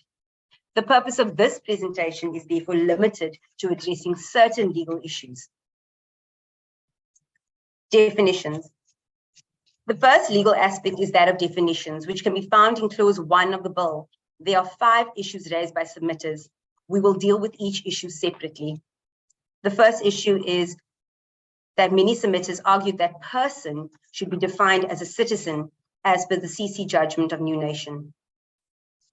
The second is that what was suggested that the committee reconsider the use of the word independent candidate as there is no such thing in the political sphere, and replace it with non-aligned candidate, which can then be defined as independent candidate means a person contesting an election in a local, provincial, and/or national election nominated by the electorate or eligible voters. Thirdly, submitters have said that the bill should not define independent candidate in juxtaposition to a political party. Fourth, it was raised that the reference to region is a contradiction, as there are no voting geographical spheres defined by the bill. Reference is only made in terms of voting districts. And lastly, the inclusion of the term political liaison committee after the deletion of the definition party liaison committee seemed incorrect. Our response is as follows. With regards to the definition of person, the bill does not contain a definition for person. This was a proposal that was discussed in the Portfolio Committee on Home Affairs, but when it became clear that the intention was not to include a definition for person, but rather that a candidate and an independent candidate can only be a natural person, the proposal to include the definition of person was not included. Rather, it was decided that the definition of candidate and independent candidate was then amended to include a reference to South African citizens, which both clarifies and that such candidates can only be a natural person and that they must be a South African citizen. Secondly, in response to the submission that independent candidate be replaced with the term non-aligned candidate, we wish to point out that the New Nation judgment, which this bill seeks to address, uses the term independent candidates, and hence the bill has followed through with this use of terminology. Other acts also use similar terminology. For example, the Local Government Municipal Electoral Act uses the term independent ward candidate. It is therefore best to use familiar terms in the bill. Regarding the argument that independent candidates should not be used in juxtaposition to parties. The bill defines independent candidates as a South African citizen contesting an election who is not nominated on a list of parties. The bill distinguishes between two types of candidates, namely those that are nominated on the list of a party contesting an election, party candidates, and those that are independent candidates. By defining independent candidates in this manner is to make clear that there are candidates that are not party candidates.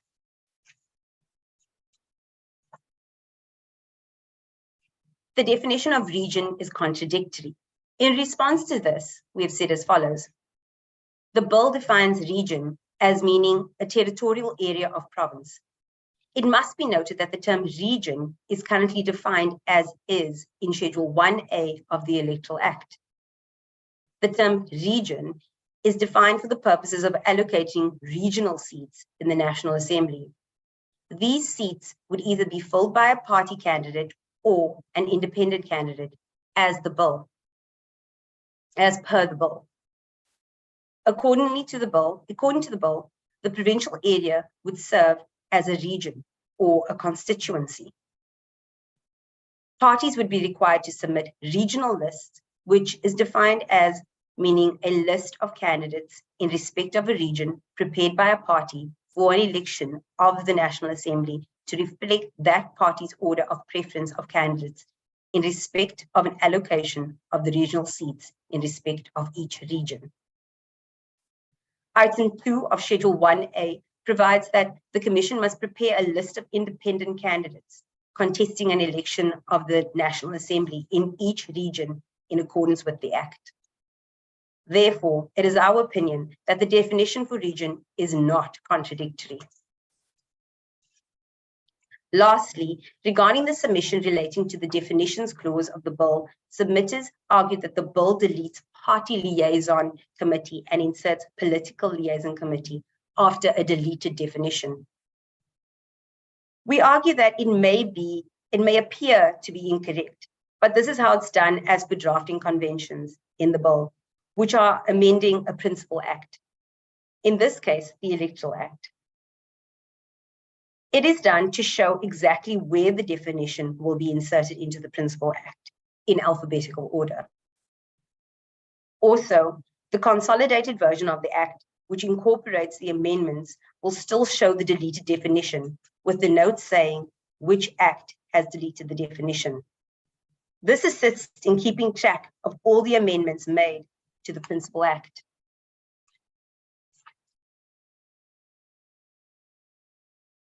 Independent candidates contesting multiple regions and the non-aggregation of votes. Submissions refer to Clause 6 of the bill. Section 31A, which provides that the person may be nominated to contest an election as an independent candidate in one of more region read with item 5K of Schedule 1A, which provides that where an independent candidate contests more than one region, the votes received across regions for that independent candidate may not be aggregated in order to obtain a seat in the National Assembly. Submitters argue the following: that the provisions are unconstitutional as independent candidates are allowed to contest multiple regions, but it prevents them from gaining national support across regions as votes are not aggregated. They question why should independent candidates be representative? Why should independent candidates who are representative only of a region if it's for a national seat? They argue that the provision hinders independent candidates in obtaining the vote quota in order to obtain a seat. It limits proportionality by contributing to discarding of votes. It limits the rights of independent candidates. It is against the principle of every vote counts. Total votes don't reflect the total seats allocated or the will of the people. They argue that the provision arbitrarily discriminates against independent candidates as parties are allowed to essentially aggregate. And there are a few dissenting views that argue that independent candidates should not be allowed to contest multiple regions as it disenfranchises the voter. Initially, the bill provided for an independent candidate to only contest one region, and the region they are ordinary resident in.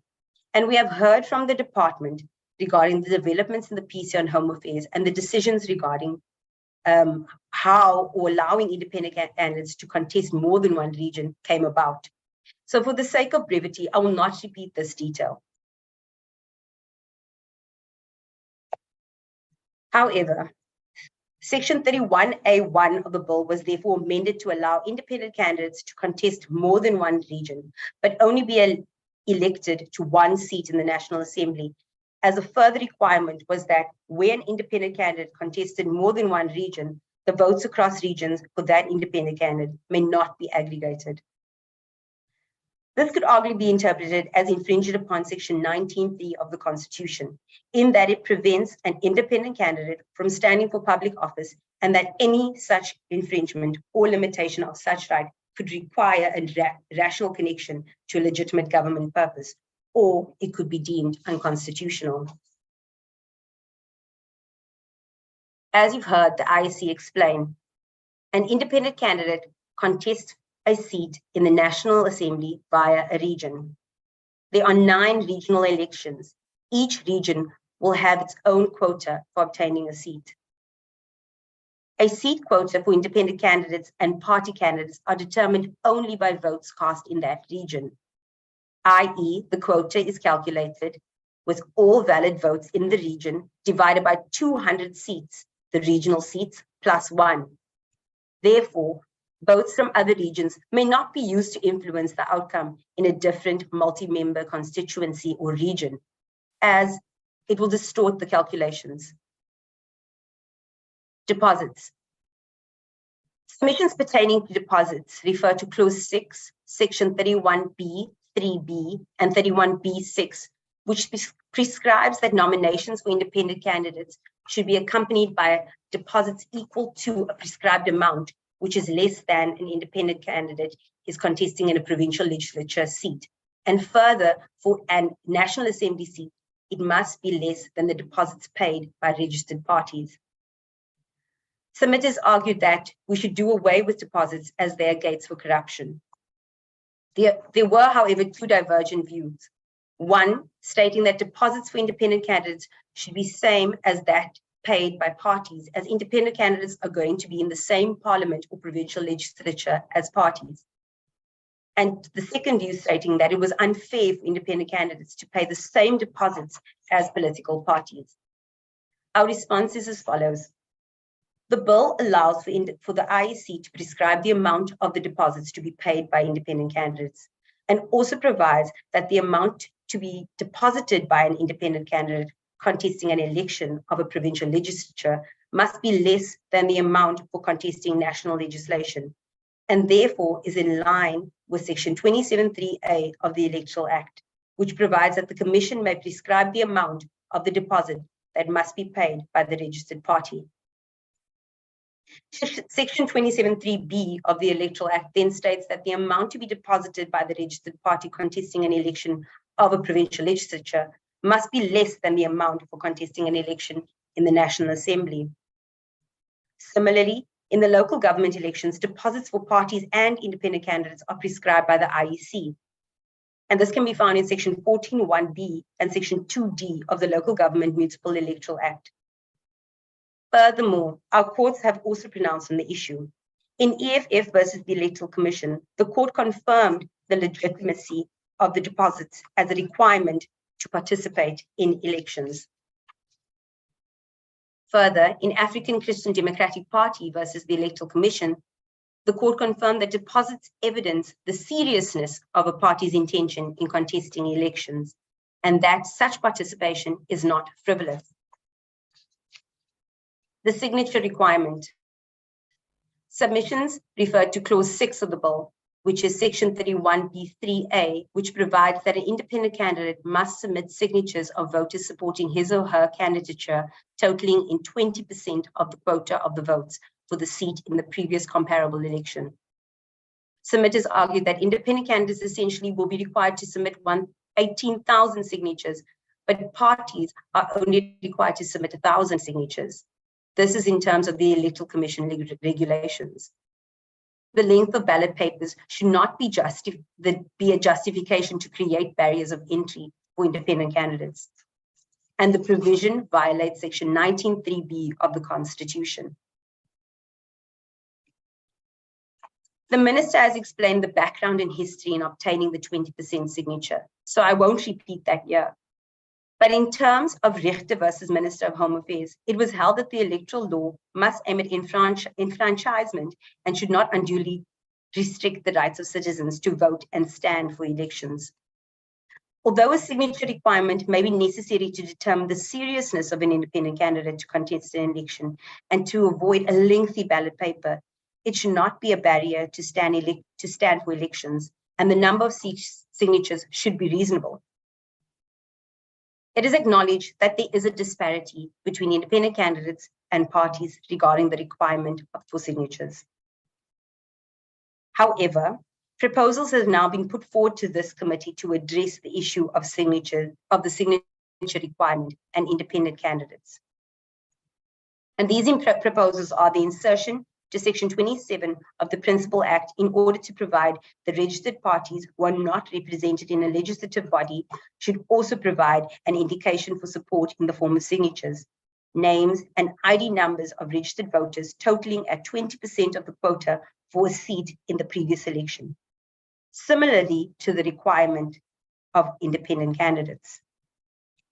And secondly, substituting the Bill's 31B3A with a new proviso that an independent candidate who had been elected to the National Assembly or provincial legislature as an independent candidate is exempt from this requirement. However, a decision is required from this committee regarding the aforementioned.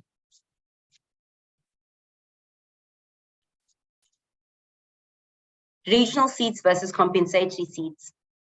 Submitters took issue to clause 21 of the bill, item 1 of Schedule 1A, which states that half the seats are filled by independent candidates and candidates from a list of candidates of parties contesting the 9 regions, and these shall be referred to as regional seats, and half the seats are filled with candidates from the list of candidates and parties, and these shall be referred to as compensatory seats.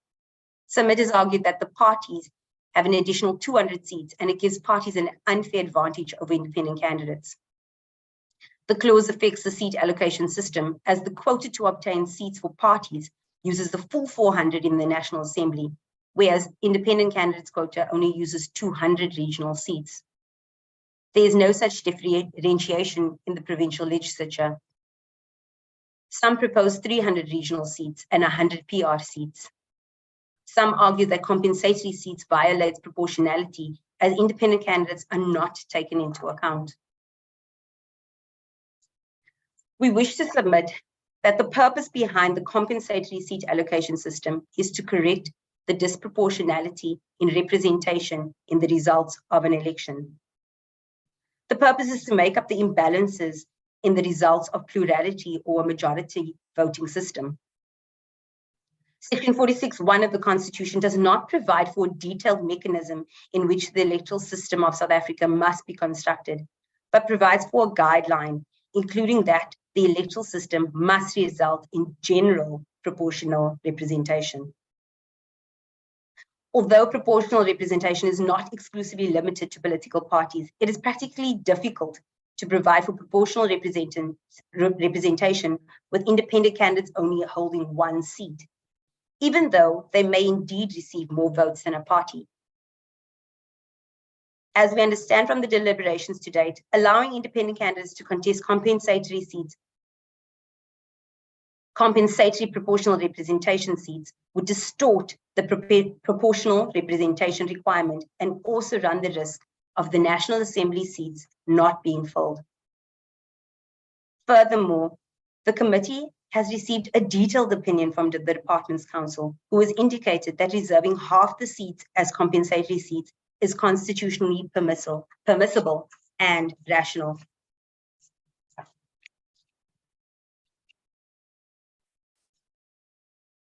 Discarding excess votes. Submitters argue that the will of the voters is not reflected, as independent candidates may have more votes than a smaller party, but once they obtain their seat, the rest of their votes are discarded.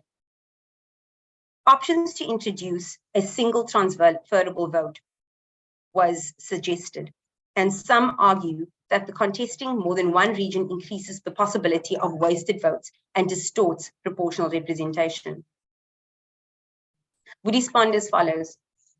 By the very nature of an independent candidate is that they may only occupy one seat at a time. Once the minimum number of votes required to secure a seat is determined, all additional votes may not practically be utilized. On the face of it, this may appear to be wasted votes, but in effect, it gives the expression to the will of those voters who voted for the independent candidate. The dignity and personhood of those voters who voted for an independent candidate is not infringed, as the will of their votes manifests in the occupation of a seat by their chosen independent candidate, regardless of whether their vote counted towards the appointment of that independent candidate or whether their vote formed part of the excess votes that went towards the appointment of that independent candidate, but were discarded due to the independent candidate gaining a seat. Furthermore, in terms of other jurisdictions where the plurality system is used, such as India, UK, and Canada, discarded votes are inevitable. Moreover, we've heard from both the department and the IEC this morning in their presentations that there is no electoral system that does not result in discarded votes. Vacancies. Submissions pertaining to this item refer to item 23 of Schedule 1A, which deals with the replacing of vacant independent candidates by A, discarding the votes allocated to independent candidates causing the vacancy, B, discarding the votes and seats allocated to the independent candidate already in office, C, recalculating the results of the region of provincial legislature in terms of sub-item 3. Submissions claim that the calculation ignores seats cast by independent candidates and disenfranchises those who voted for the particular independent candidate. It benefits larger parties. And there were calls for a running mate system as cost-effective and simple as it allows for succession. Our response is as follows. That in terms of Section 47(4) of the Constitution, vacancies in the National Assembly are filled in terms of national legislation. The department has provided this committee with the history regarding the decisions taken by the Portfolio Committee on Home Affairs regarding the filling of vacancies through a by-election, which was considered not to be a workable solution as costly and impractical. Therefore, in order to address the filling of vacancies, a forfeiture calculation was proposed. The running mate option was not encouraged, as voters may not want the candidate replaced as they voted for that particular person. This may not reflect the will of the people. The IEC has explained that while it is true that a seat allocated to an independent candidate that is vacated could be allocated to a political party and not another independent candidate, that the system set out in item 22 and 23 is one of the best that reflects the will of the voter.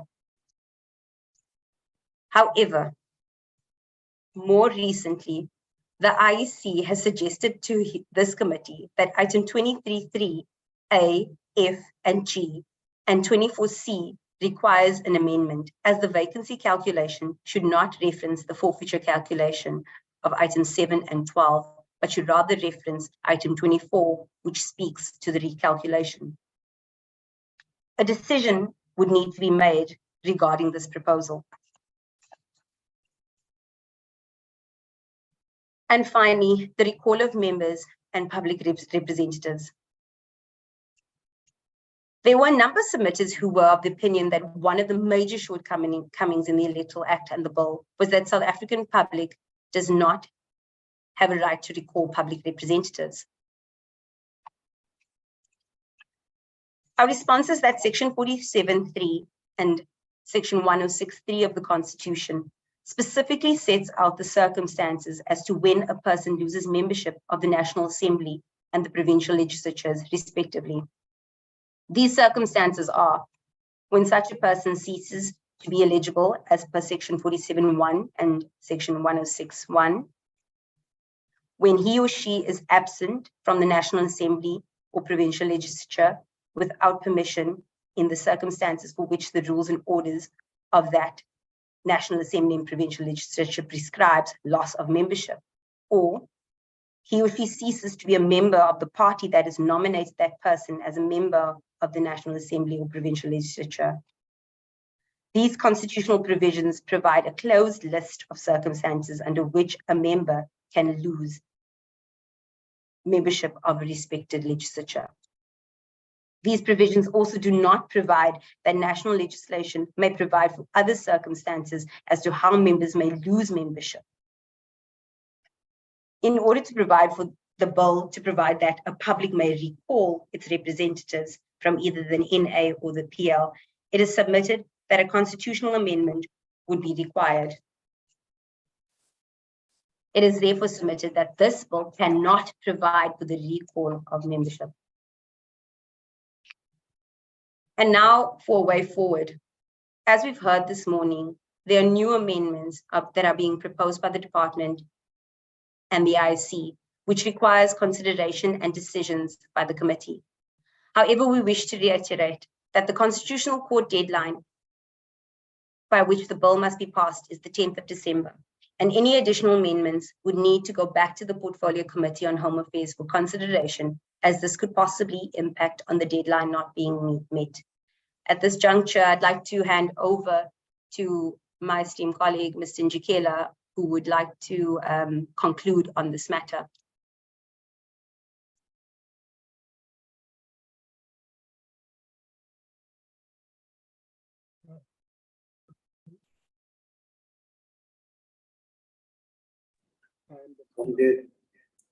Mr. Njikela?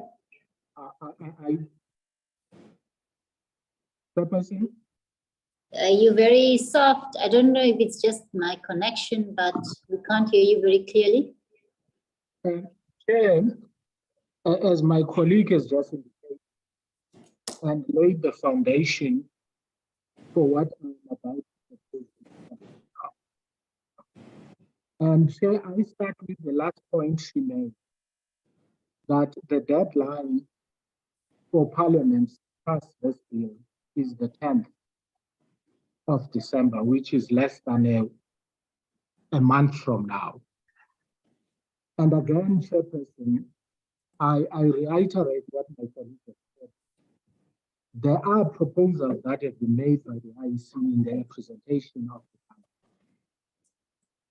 It will appear to us that such an approach is likely to have an impact on the ability of Parliament to meet the deadline. And we say this, Chairperson, without commenting on the merits of what is being proposed. And we think that should be understood correctly. It is not a reflection on the merits of what is being proposed, but we're trying to find a reasonable way to accommodate everybody in terms of the deadline that has been set for us, taking into consideration that we had to request an extension which takes us to the 10th of December. And taking into consideration all of those and the likely impact of entertaining new amendments at this stage. And we are not at all proposing that this should not be considered. And hence what we are going to suggest the committee should do. Like I said, Chairperson, the deadline is in less than a month away. And on top of that, Chairperson, any amendment that this committee proposes at this stage will have to be considered by the National Council of Provinces. If it is adopted, then it has to be referred back to the Portfolio Committee or the National. That is exactly the concern in terms of the time frames that we have to deal with. And once it is before the Portfolio Committee may have called for further on those proposals. All of these cumulatively may have an impact on the ability of Parliament to meet the deadline. And of course, there is a risk of some of these amendments impacting on a number of acts. And that may have to be considered.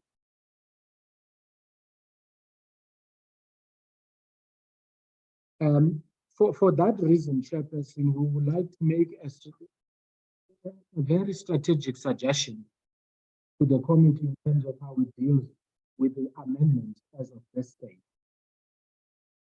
One proposal we wish to make, Chairperson,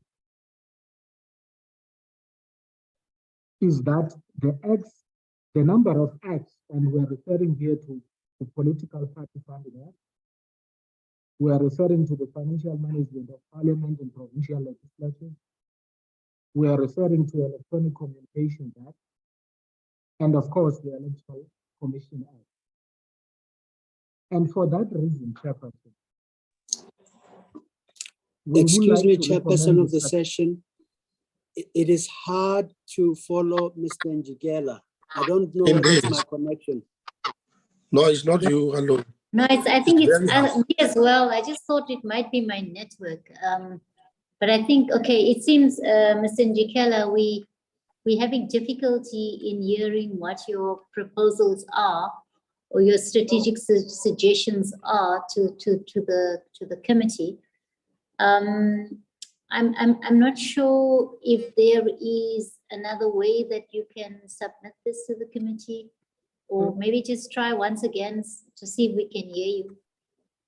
Chairperson, it could be that it's my computer that has a sound problem. May I propose that my colleague, Daksha Fasson, takes over from here, because I can't pick it up exactly what is the problem with my system. No, please, yes, please continue.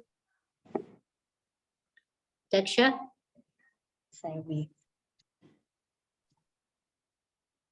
Hi, good afternoon, Chair.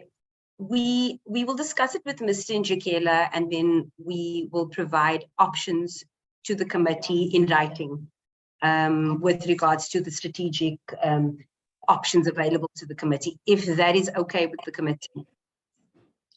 And I'm sure that'll be fine. We intend having a meeting on Wednesday, so perhaps you could do that before the meeting, or and maybe if needs be expand in the next meeting. But I propose what is being said is outside of your presentation in a sense, but relates to the Constitutional Court deadline, which puts a time constraint in terms of Parliament processing the bill. But yes, I think we'll accept that from yourselves in writing. Thank you, Chairperson. All right, then let me thank Legal Services for clarifying some of the legal and constitutional issues as raised by public comments, as well as making references to the departmental and the IEC presentation. And I think in totality, the three presentations address all the comments received from the public. And there's also the Legal Services presentation does reinforce the two submissions proposed by Home Affairs and the IEC in relation to signatures and vacancies, which also further need the committee to focus on. And obviously in relation to the Constitutional Court time deadline and expectation from Parliament to try and beat the deadline. I think we'll await what the Parliamentary Legal Services strategic proposals are. But in the meantime, honourable members, let me then hand over to yourselves to engage the three presentations. And I said I'll give you 5 minutes in between, but I think we're ready. Yeah, because I think the three presentations speak to each other as well. Honourable members, if you can please give me an indication in terms of your comments and questions that you would want to make in relation to the three presentations. Okay, I see the hand of Honourable Dangle, Honourable Mtetwa, Honourable Dodovu, Honourable Maleka. Thank you, colleagues. I think I'll start with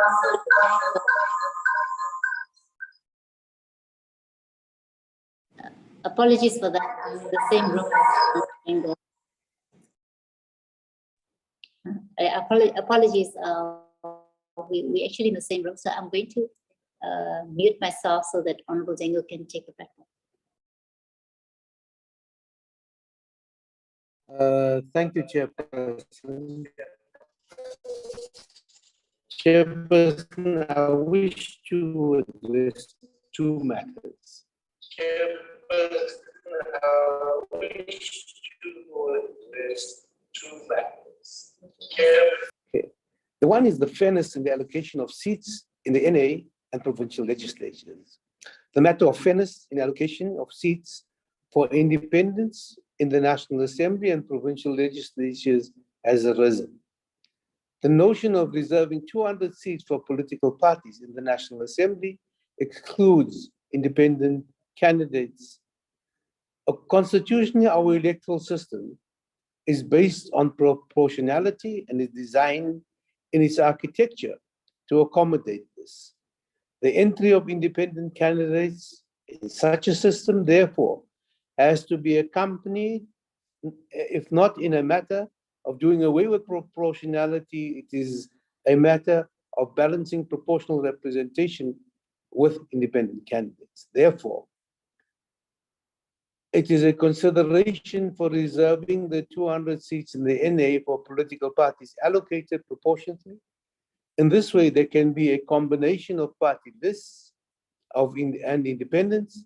The outcome, in terms of the Constitution, must result in a proportional representation of independents and parties. The danger that emerges with independent candidates is that their nature can skew proportionally the will of the electorate. In the NA, for the seats for the 200 parties that are for the 200 independents. This allows for an equitable formulation. My second question, Chairperson, is the filling of a vacant seat. Indeed, it is important to fill vacancies when they arise for both independent candidates and political parties. It is much easier for political parties, given that any voter votes for a political party can vote for the party at that particular point in time that allows the party to list for a list of candidates to Parliament. This is the practice currently, and therefore, as there's no reservations regarding that. The challenge arises with independent candidates, given that independent candidates contest as an individual, and voters have voted for that specific individual. So the transferring of votes between independent candidates will not be consistent with the desire of the voter. The voter voted for that specific individual and not a group. It makes sense to apply a recalculation method to determine the next candidate to secure a seat. It is also logical to disregard the votes for the candidate that created the vacancy in the recalculation. This will give the lower ranking candidates a greater chance of securing a seat resulting from the recalculation. The call for the by-election will put the country into a perpetual election mode, and thus the recalculation becomes easier and more convenient method of filling the vacancy. I thank you very much.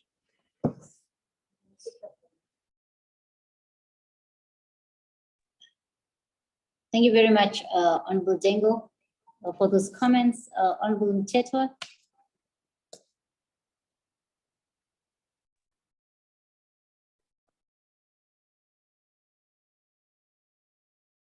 Thank you very much, Chair. You know, the other day when a minister was presenting this bill to us, I listened to him very carefully. And he made one of the example of a Berkeley storeman and somebody from the community who was quite helpful when a Berkeley storeman won that election. You know, now and then I used to put this bill into that example. And I'm convinced, Chair, that this bill, this issue of a signature, nobody is responding to it adequately because people will manufacture the signature. And secondly, the rich people are the only one that can succeed in doing whatever that they want, not on the basis of being popular candidate or what. I was listening to all the presenters. And thirdly, I still not convinced, Chair, as to why are we not really going back to the Constitutional Court? I know during COVID, there were issues and this and that, but I still don't understand now to say, look, we are not opposed on what the court have said, but due to the fact that we are not given enough time to study this bill and ensure that everyone out there come up with the right choice, we will then going to circle and say, now we've got something that is workable. This bill is going to divide the country into pieces for now, because nobody has explained. You see, it's difficult for us as members to understand with the intellectually that the presentation that they are giving us. But we find it difficult. We still got more questions than answers. I still feel, Chair, that as NCOP, I'm not going to talk to another house, as NCOP, we have never had enough time to look at this bill, and please let the court to be considerate to us to ensure that as well, we got enough time. For this coming 2024, this bill won't be ready, Chair. That's my comment on it.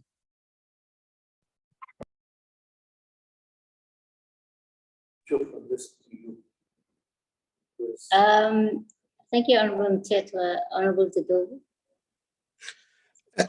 Thank you very much, Honorable Chairperson. Once more, let me start by thanking all the presentations. I think once more, they were very, very much empowering, and they give us a guide in terms of what is it that we need to do under the circumstances. Now, my contribution in this regard, Honorable Chairperson, is that as the NCOP, we have a responsibility to save this country from an imminent constitutional crisis if we do not ensure that by the 10th of December, we adopt this particular bill and the president himself sign it into the law. And therefore, as the NCOP, Honorable Chair, we cannot afford that situation. I'm raising this particular issue, Honorable Chair, because the comments as they were presented here this morning, even in the past, they demonstrate the fact that the people of this country, different organizations and all of that, have presented a number of proposals. And some of these proposals form part of what the Concord has indicated us to do, and some of them fall outside the scope that was determined by the Constitutional Court. And therefore, what we need to do as this committee is to do precisely what the Concord has requested us to do. And the Concord, in this particular instance, Honorable Chair, has said to us, we must amend the Electoral Act insofar as accommodating the independents. It has not directed Parliament to amend the electoral law. And for me, that is fundamental. And if we can stick to that, it will help us as Parliament to meet the deadline. Let us consider all the necessary aspects which will be geared towards accommodating the independence as directed by the Concord. And I think this is what we need to do. As to what happens in the future, we must then propose that we need to look at our electoral system in totality, and that can happen post this process of adopting the bill in line with what the Constitutional Court has requested us to do. And I think the temptation keeps on being there that we want to go beyond the scope of the Concord judgment. And my respective view is that let us avoid doing that, because that will not help us. It will not help Parliament to meet the deadline, but rather it will put us into a constitutional quagmire that we must avoid. This is the first point that I want to make.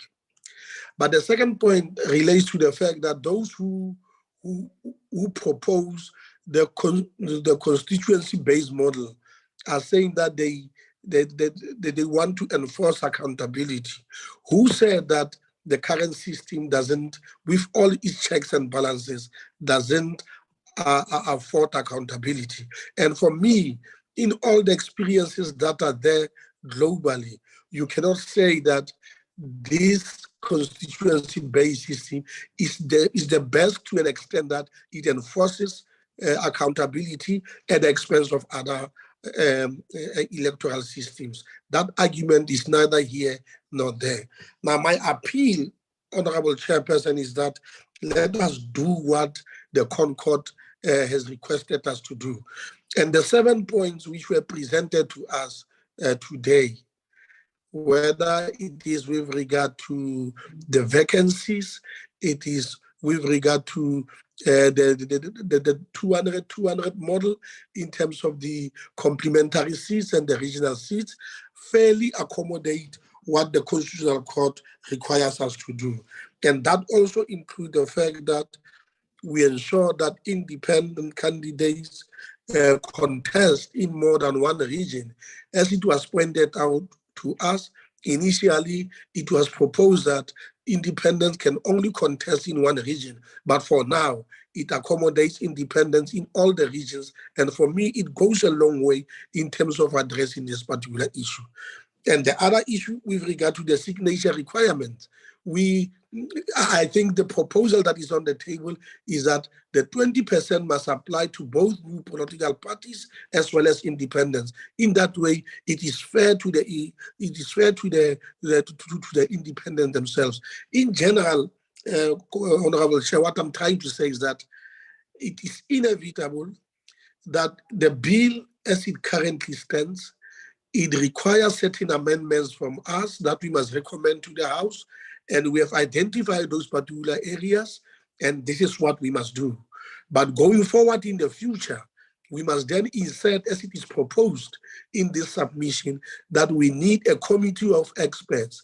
That committee must look at the whole electoral system and make the necessary recommendations to the House, to Parliament, to government, to IEC, and it must encourage the civil society to participate in that regard. But with all the limitations that we have currently, Honorable Chairperson, I think we must support the proposals as they are.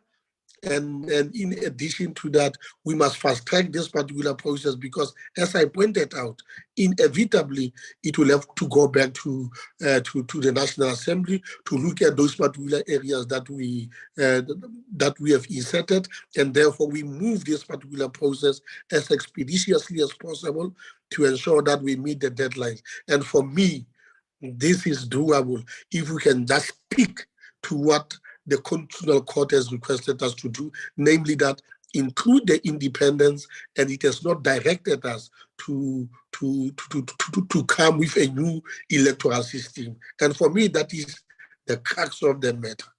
I'll pause therefore now, Honorable Chair, but I think this is how we must really move this particular process forward to ensure that at the end of the day, we are constitutionally compliant and not put the country into an imminent constitutional crisis. Thank you very much.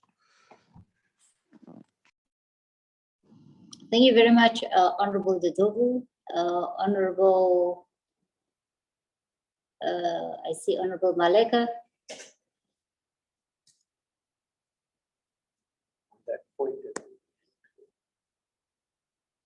Honorable Maleka.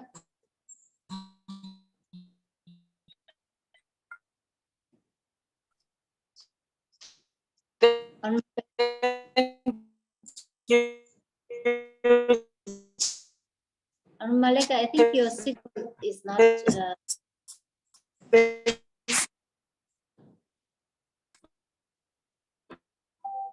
Maleka, could you try once more?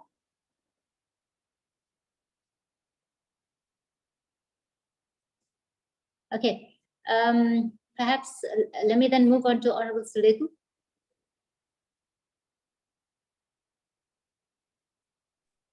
Honorable Suleku. Morning, Chair. Yes. Morning. Oh, it's afternoon. I don't know. Afternoon. No, Yeah. so it tells you. Good afternoon. Honorable Suleku. Can you hear me, Chair? Yes, please continue. Okay. Thank you. Good afternoon, Chair, and good afternoon to the Minister, to the DM, and to the Chair of the Electoral Commission, and to the presenter, and to everyone.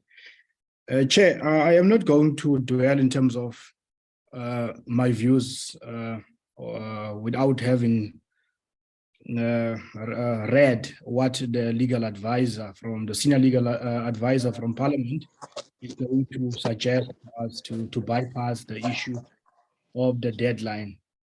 But something that is very consistent since we have started deliberating on this particular bill has been the issue of deadline. And one has to wonder, is it really fair on us as members of the National Council of Provinces to be put under such pressure? And with that, I would just want the Minister, yes, just to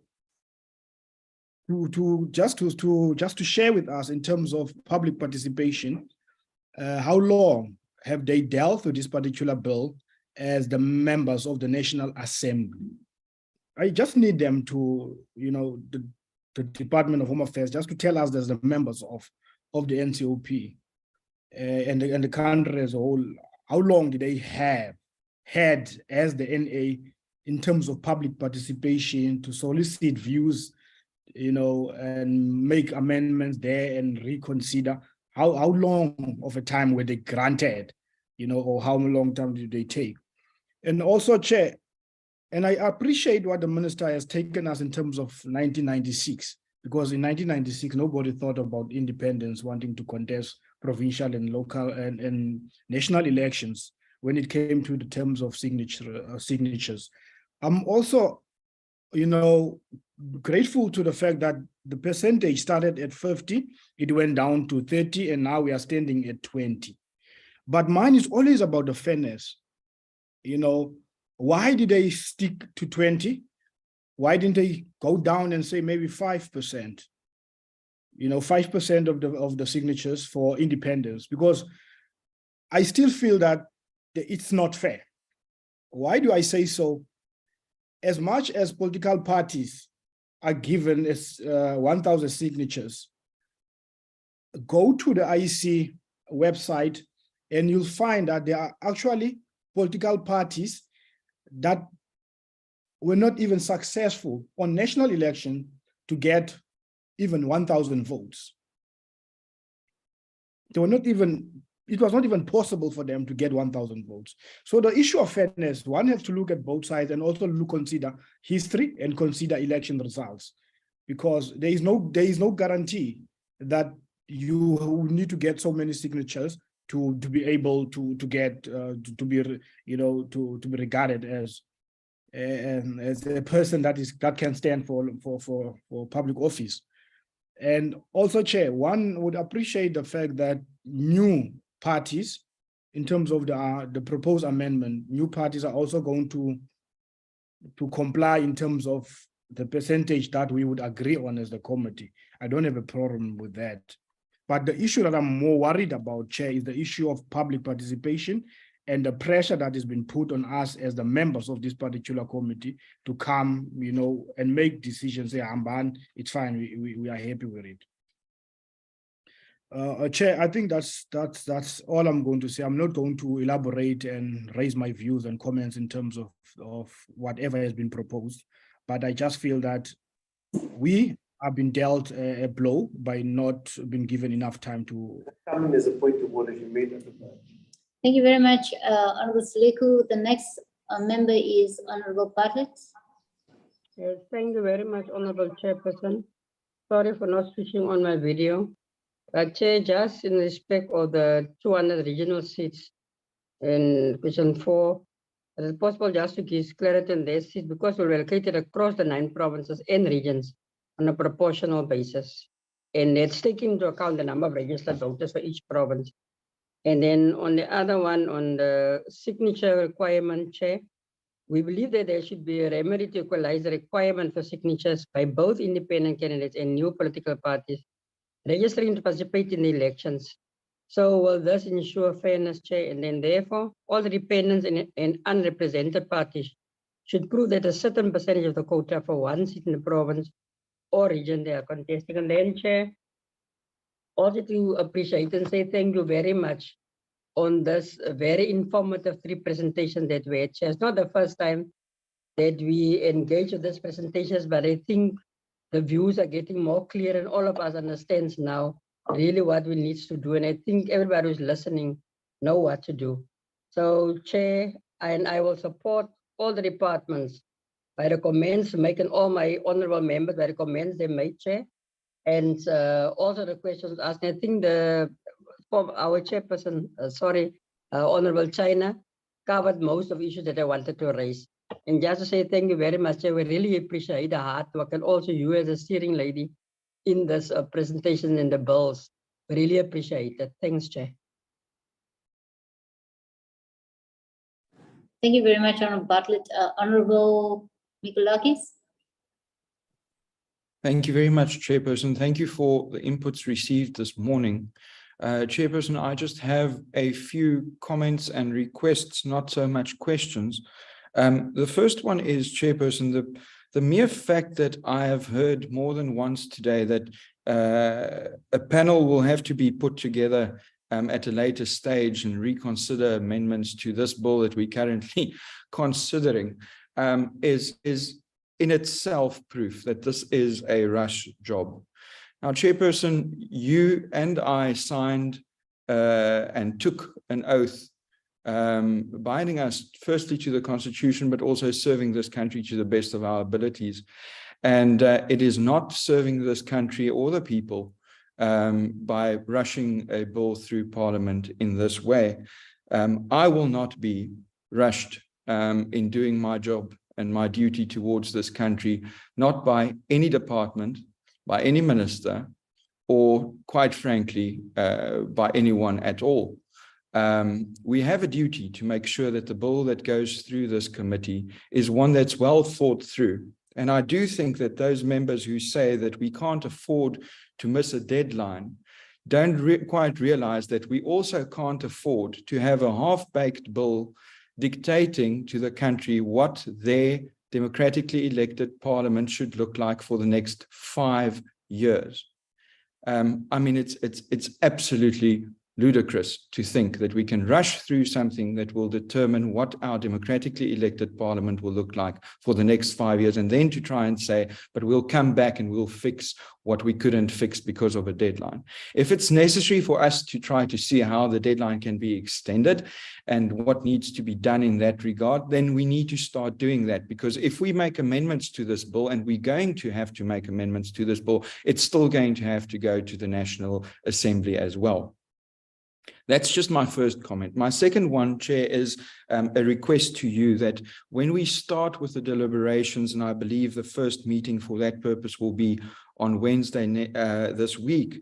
I would just like for us, before we start looking at the content of the bill itself, for us as a committee to deal with two very important procedural issues before we get to that. And the first one is that we have a discussion about the public participation around this bill in the NCOP cyclists, and also a discussion about the tagging. We have received a presentation on that, but I do think that these two issues first need to be sorted and clarified as procedural issues before we start looking at the substance of the bill itself. So my request is just that when we start deliberating, that public participation and tagging are placed right at the top of the agenda for us to clear that and get that sorted out before we continue. Thank you very much, Chair.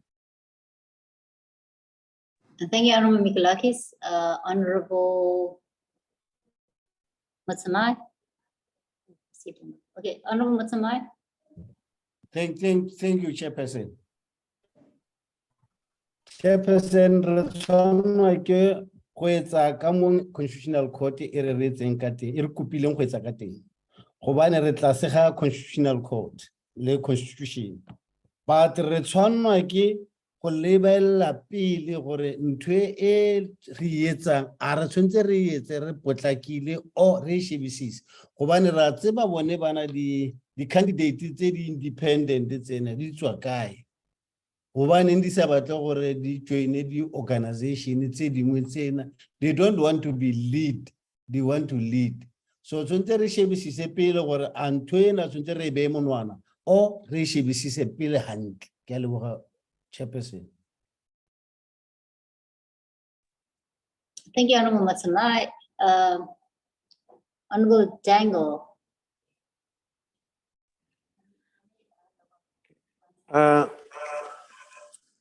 Thank you very much, Chairperson. Chairperson, I think we should consider very carefully what Honorable Dodovo has said.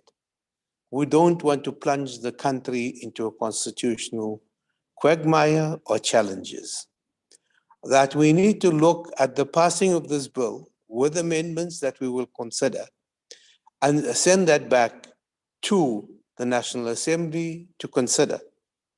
However, on the larger question of electoral reform and the question of constituencies, maybe as coming out of this, we should recommend that a committee be established of experts and parliamentarians to discuss the entire electoral system, as was done in 1994, that we need a committee such as that, and then possibly the convening of a conference or anything else in the, for that to discuss that matter, to take that particular procedure forward. But I think we were compelled by the courts to undertake a task in this particular matter. Let us undertake the task and recommend at the end that such a committee be established to look at that. I thank you very much, Chairperson.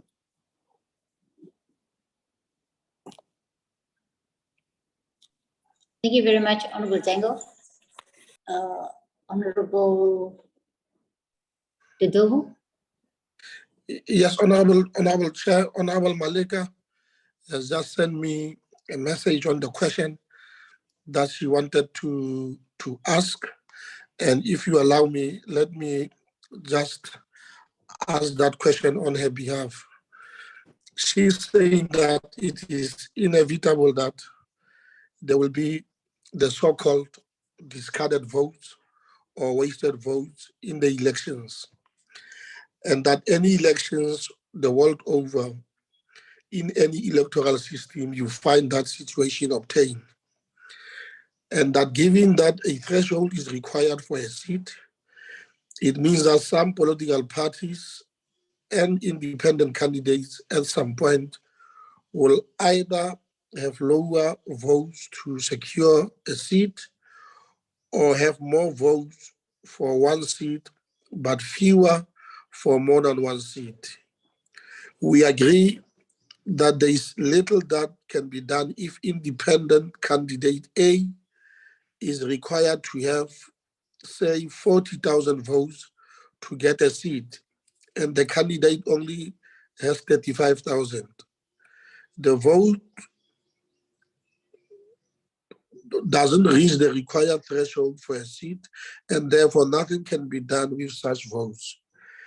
In the same vein, if a political party has secured 100,000 votes and a seat requires 40,000 votes, the political party can only secure 2 seats. Again, the remaining 20,000 of the 100,000 votes will have to be discarded.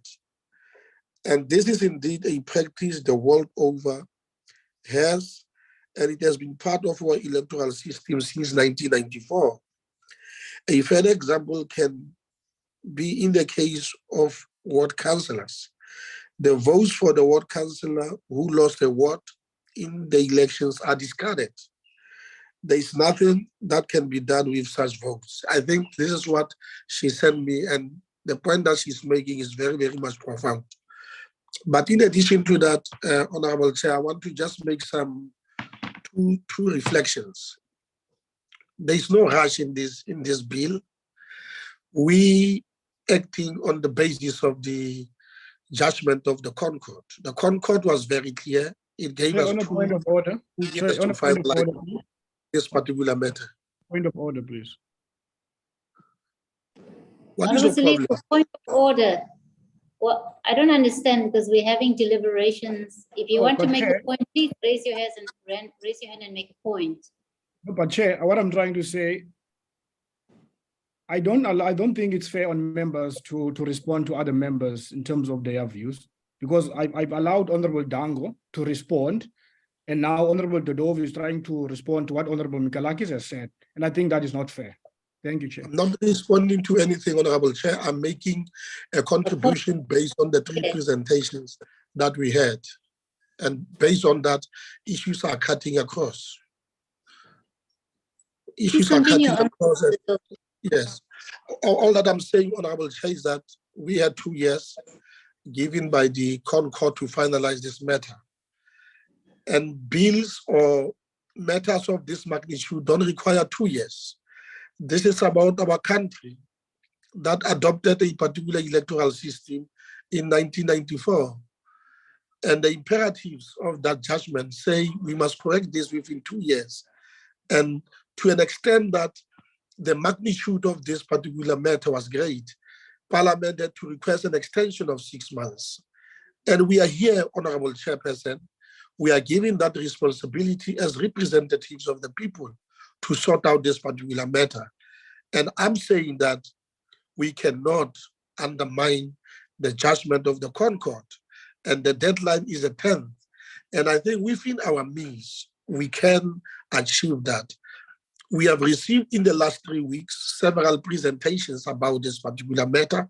We have internalized what experts, department, IEC, and our legal advisors have got to say about some of the important amendments that we need to consider. And I think the ball is in our court. We must do exactly that, and that is what we are doing. Not undermining the electorate as such.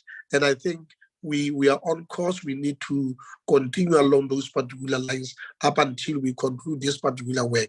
But what is quite clear, what is quite evident, Honorable Chair, is that our country needs to revisit its electoral system, and that is what we are doing. And within the limited time and the constraints that we are facing, we think that this is a good fundamental point of departure that we must follow to ensure that at the end of the day, we do not jeopardize the future of this country. We do not put our country into disrepute, and the elections are held in line with the imperatives of the Constitution. And for me, that is quite important. And listening to the 3 presentations, I think they are trying their level best to ensure that we realize that objective. And this is what, as members of Parliament, need to do to ensure that we take these particular processes forward. Nothing more, nothing less. I think we are on course. The bill is with us. We need to process it accordingly within the limited constraints, because we cannot close our eyes for the fact that by the time this particular process, it has to be concluded. And we are getting some proposals on how we must navigate that particular process, and I think we need to move along those particular lines. That is an additional contribution that I'm making on top of what I said earlier on, Honorable Chairperson. Thank you. Okay, no, thank you very much, Honorable Detovu. I'm not seeing any more hands. I agree. Well, I don't also want to, this is something I think I also need to clarify, while not necessarily responding to what Honorable Mikulaki said, but I think it is not correct if certain views are being distorted in this meeting. Whereas, you know, I think in our next meeting, we will go into more details on certain matters. But I think it's important to clarify what Honorable Mikulakis also has said. I think we're saying that the engagement on electoral reform is something that South Africans should continue to engage on. And that this may be a policy proposal for the coming parliament. And I think no way is it being said that the current system is flawed. And this is what we're dealing with regard to the current system, to address issues of equality amongst other issues. So I think let us not distort some of the information that comes forth in these presentations. I'm going to also, with regard to another question related to the National Assembly process and the timelines for public participation, I don't think that's a matter for the minister to respond to, but also I think the context of how we deal with this bill is in terms of it being tagged as a Section 75 bill. I'm going to request then for perhaps the IEC to have some closing comments. I think members largely raised comments. There might have been one or two questions. You may respond to the questions. I'll start with the commission. I'll then go to the minister and then take it from there. Can we start with the commissioner? Chairperson, thank you very much. There were not many questions that we had to deal with. I'll seek to look at the issues that were raised that we needed to respond to, and I will ask the CEO and his team to deal with the balance as may be necessary. The first question is the first question that was raised. In fact, it was even more of a comment in itself also, was the question that related to the issue raised by the court. In other words, what it was that we were looking at. And we understand this to mean that the insertion of independent candidates in the elections of the National Assembly and the provincial legislature.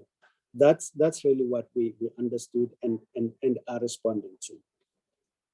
The issue in respect of the allocation of seats and the fairness reserve in the reservation of the compensatory portion of that, I think we understand this to be a balancing of the practical choices versus the requirements of the Constitution. In other words, we have a given. The introduction of independent candidates is going to cause or induces an imbalance in proportionality. It renders the system to an extent not to be proportional.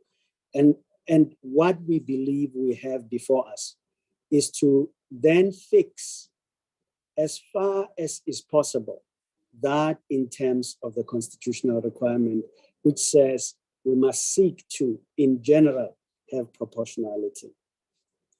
There was an issue or comment raised in respect of transferring of votes. I think that is a policy thing, but we understand that policy issue is an issue that this committee is dealing with.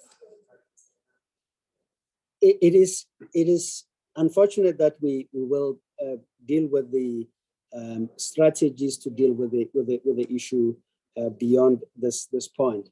But that is indeed a relevant question that is before this committee, and we are anxious that these matters are addressed. Chair, those are the issues broadly that were before us. We are satisfied that we have dealt with the issues that were put to us as the Commission. I'm going to ask the CEO to see if there's anything that I have missed, and then we present this back to you, Chairperson. We hand back to you. CEO, let's check with you and the team if there's anything that I have missed. Chair, I've checked with the team. There's nothing that is within our remit that requires us to further offer comment at this stage. Thank you, Chairperson. Thank you very much, Commissioner. Minister, over to yourself. Thank you very much,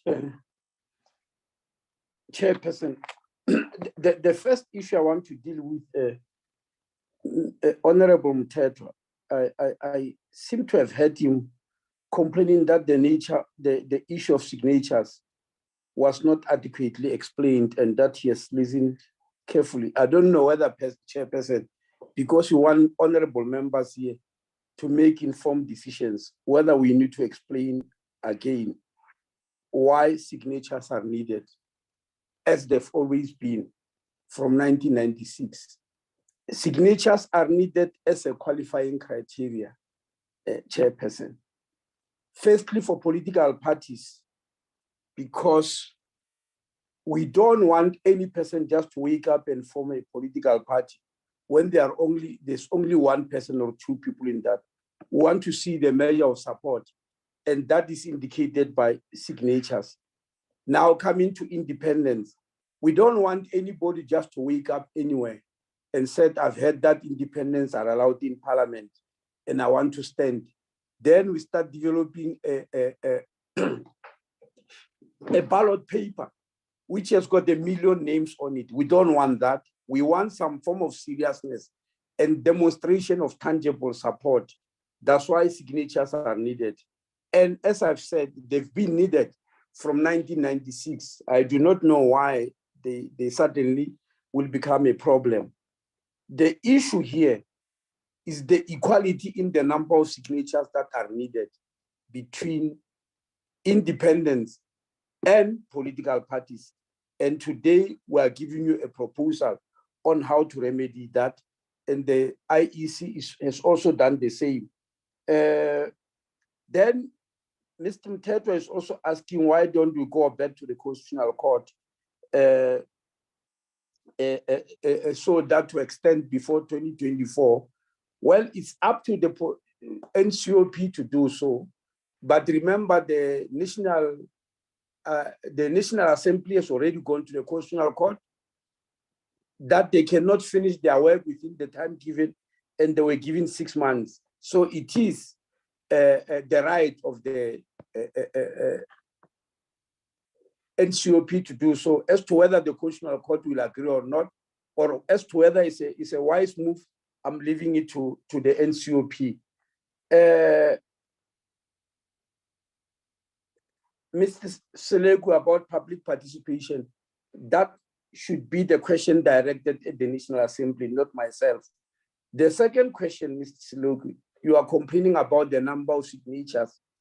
You are saying you don't want 20%. You want 5%. Yes, when it started, it was 50, but after deliberations, it went to 30, then to 20.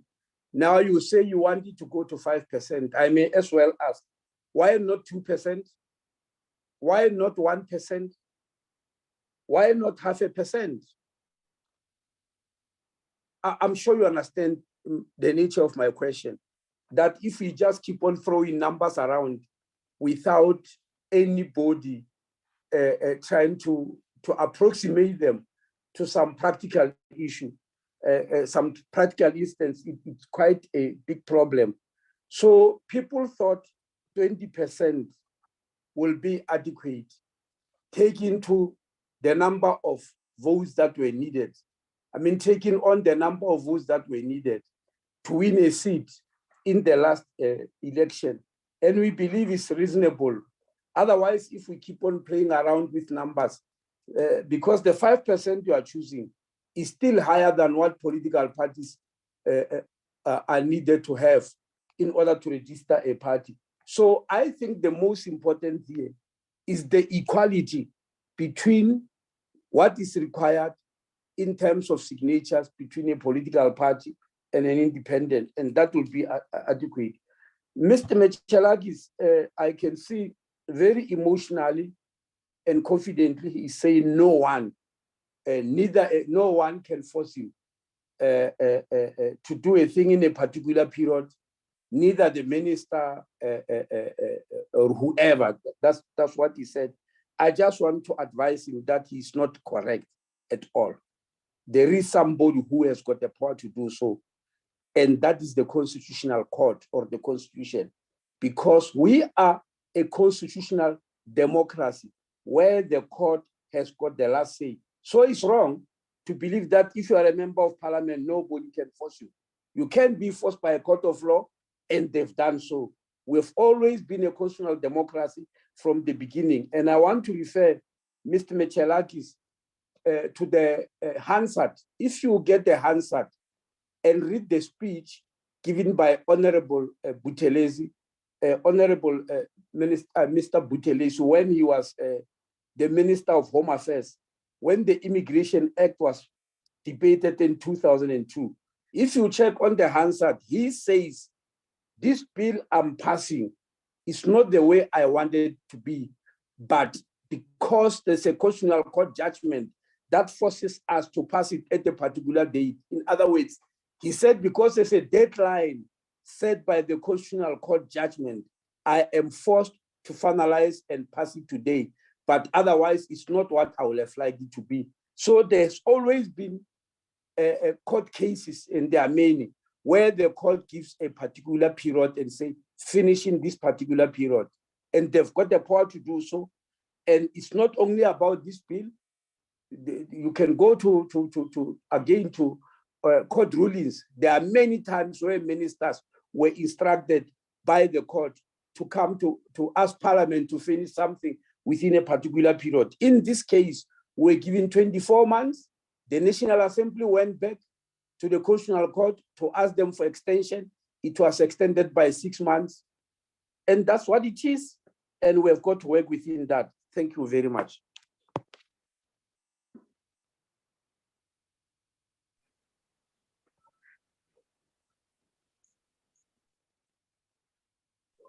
Okay, thank you very much, Minister. And Chairperson, sorry, just one small thing. I'm sorry. Please bear with me just for 1 minute. Please continue.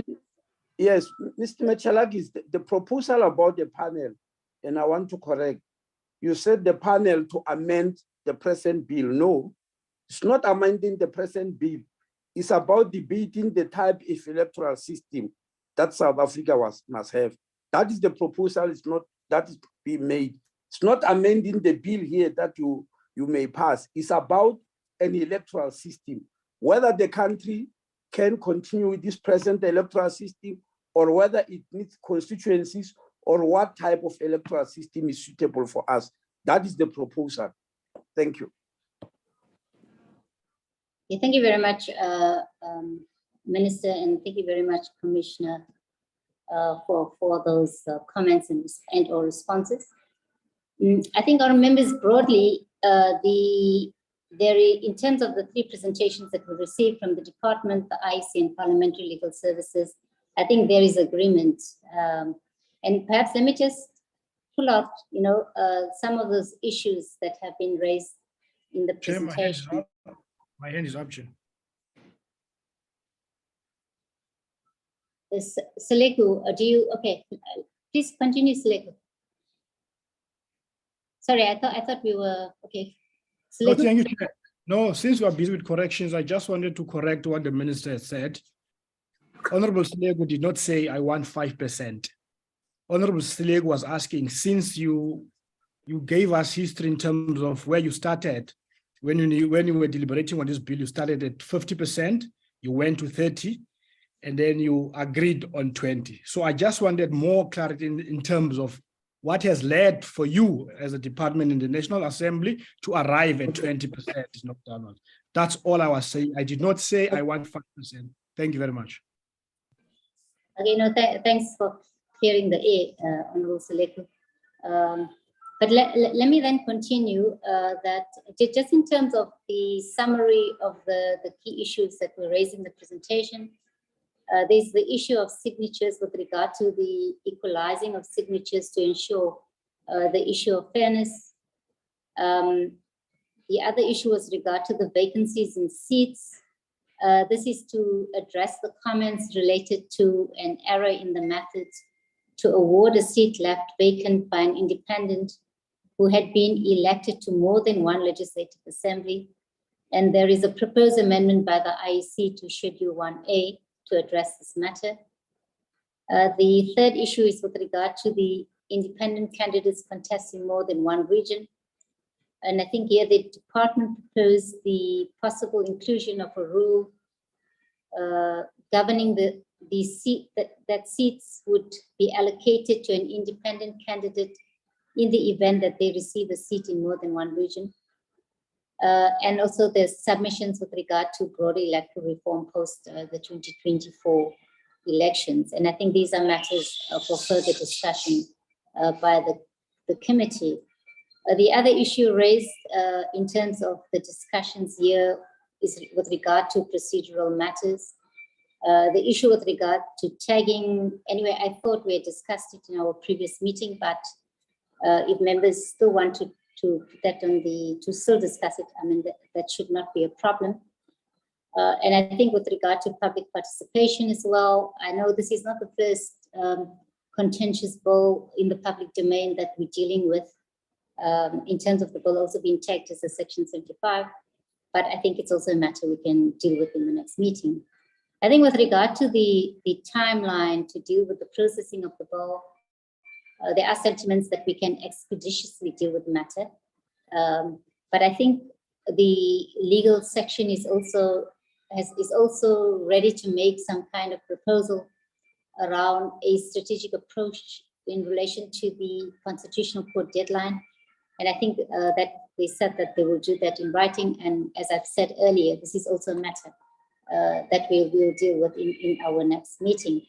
Other members and colleagues, our next meeting will be on Wednesday, this coming Wednesday. But let me thank you for all the various inputs that have come through this process. I think it only enriches the discussion on the various matters that have come to the fore.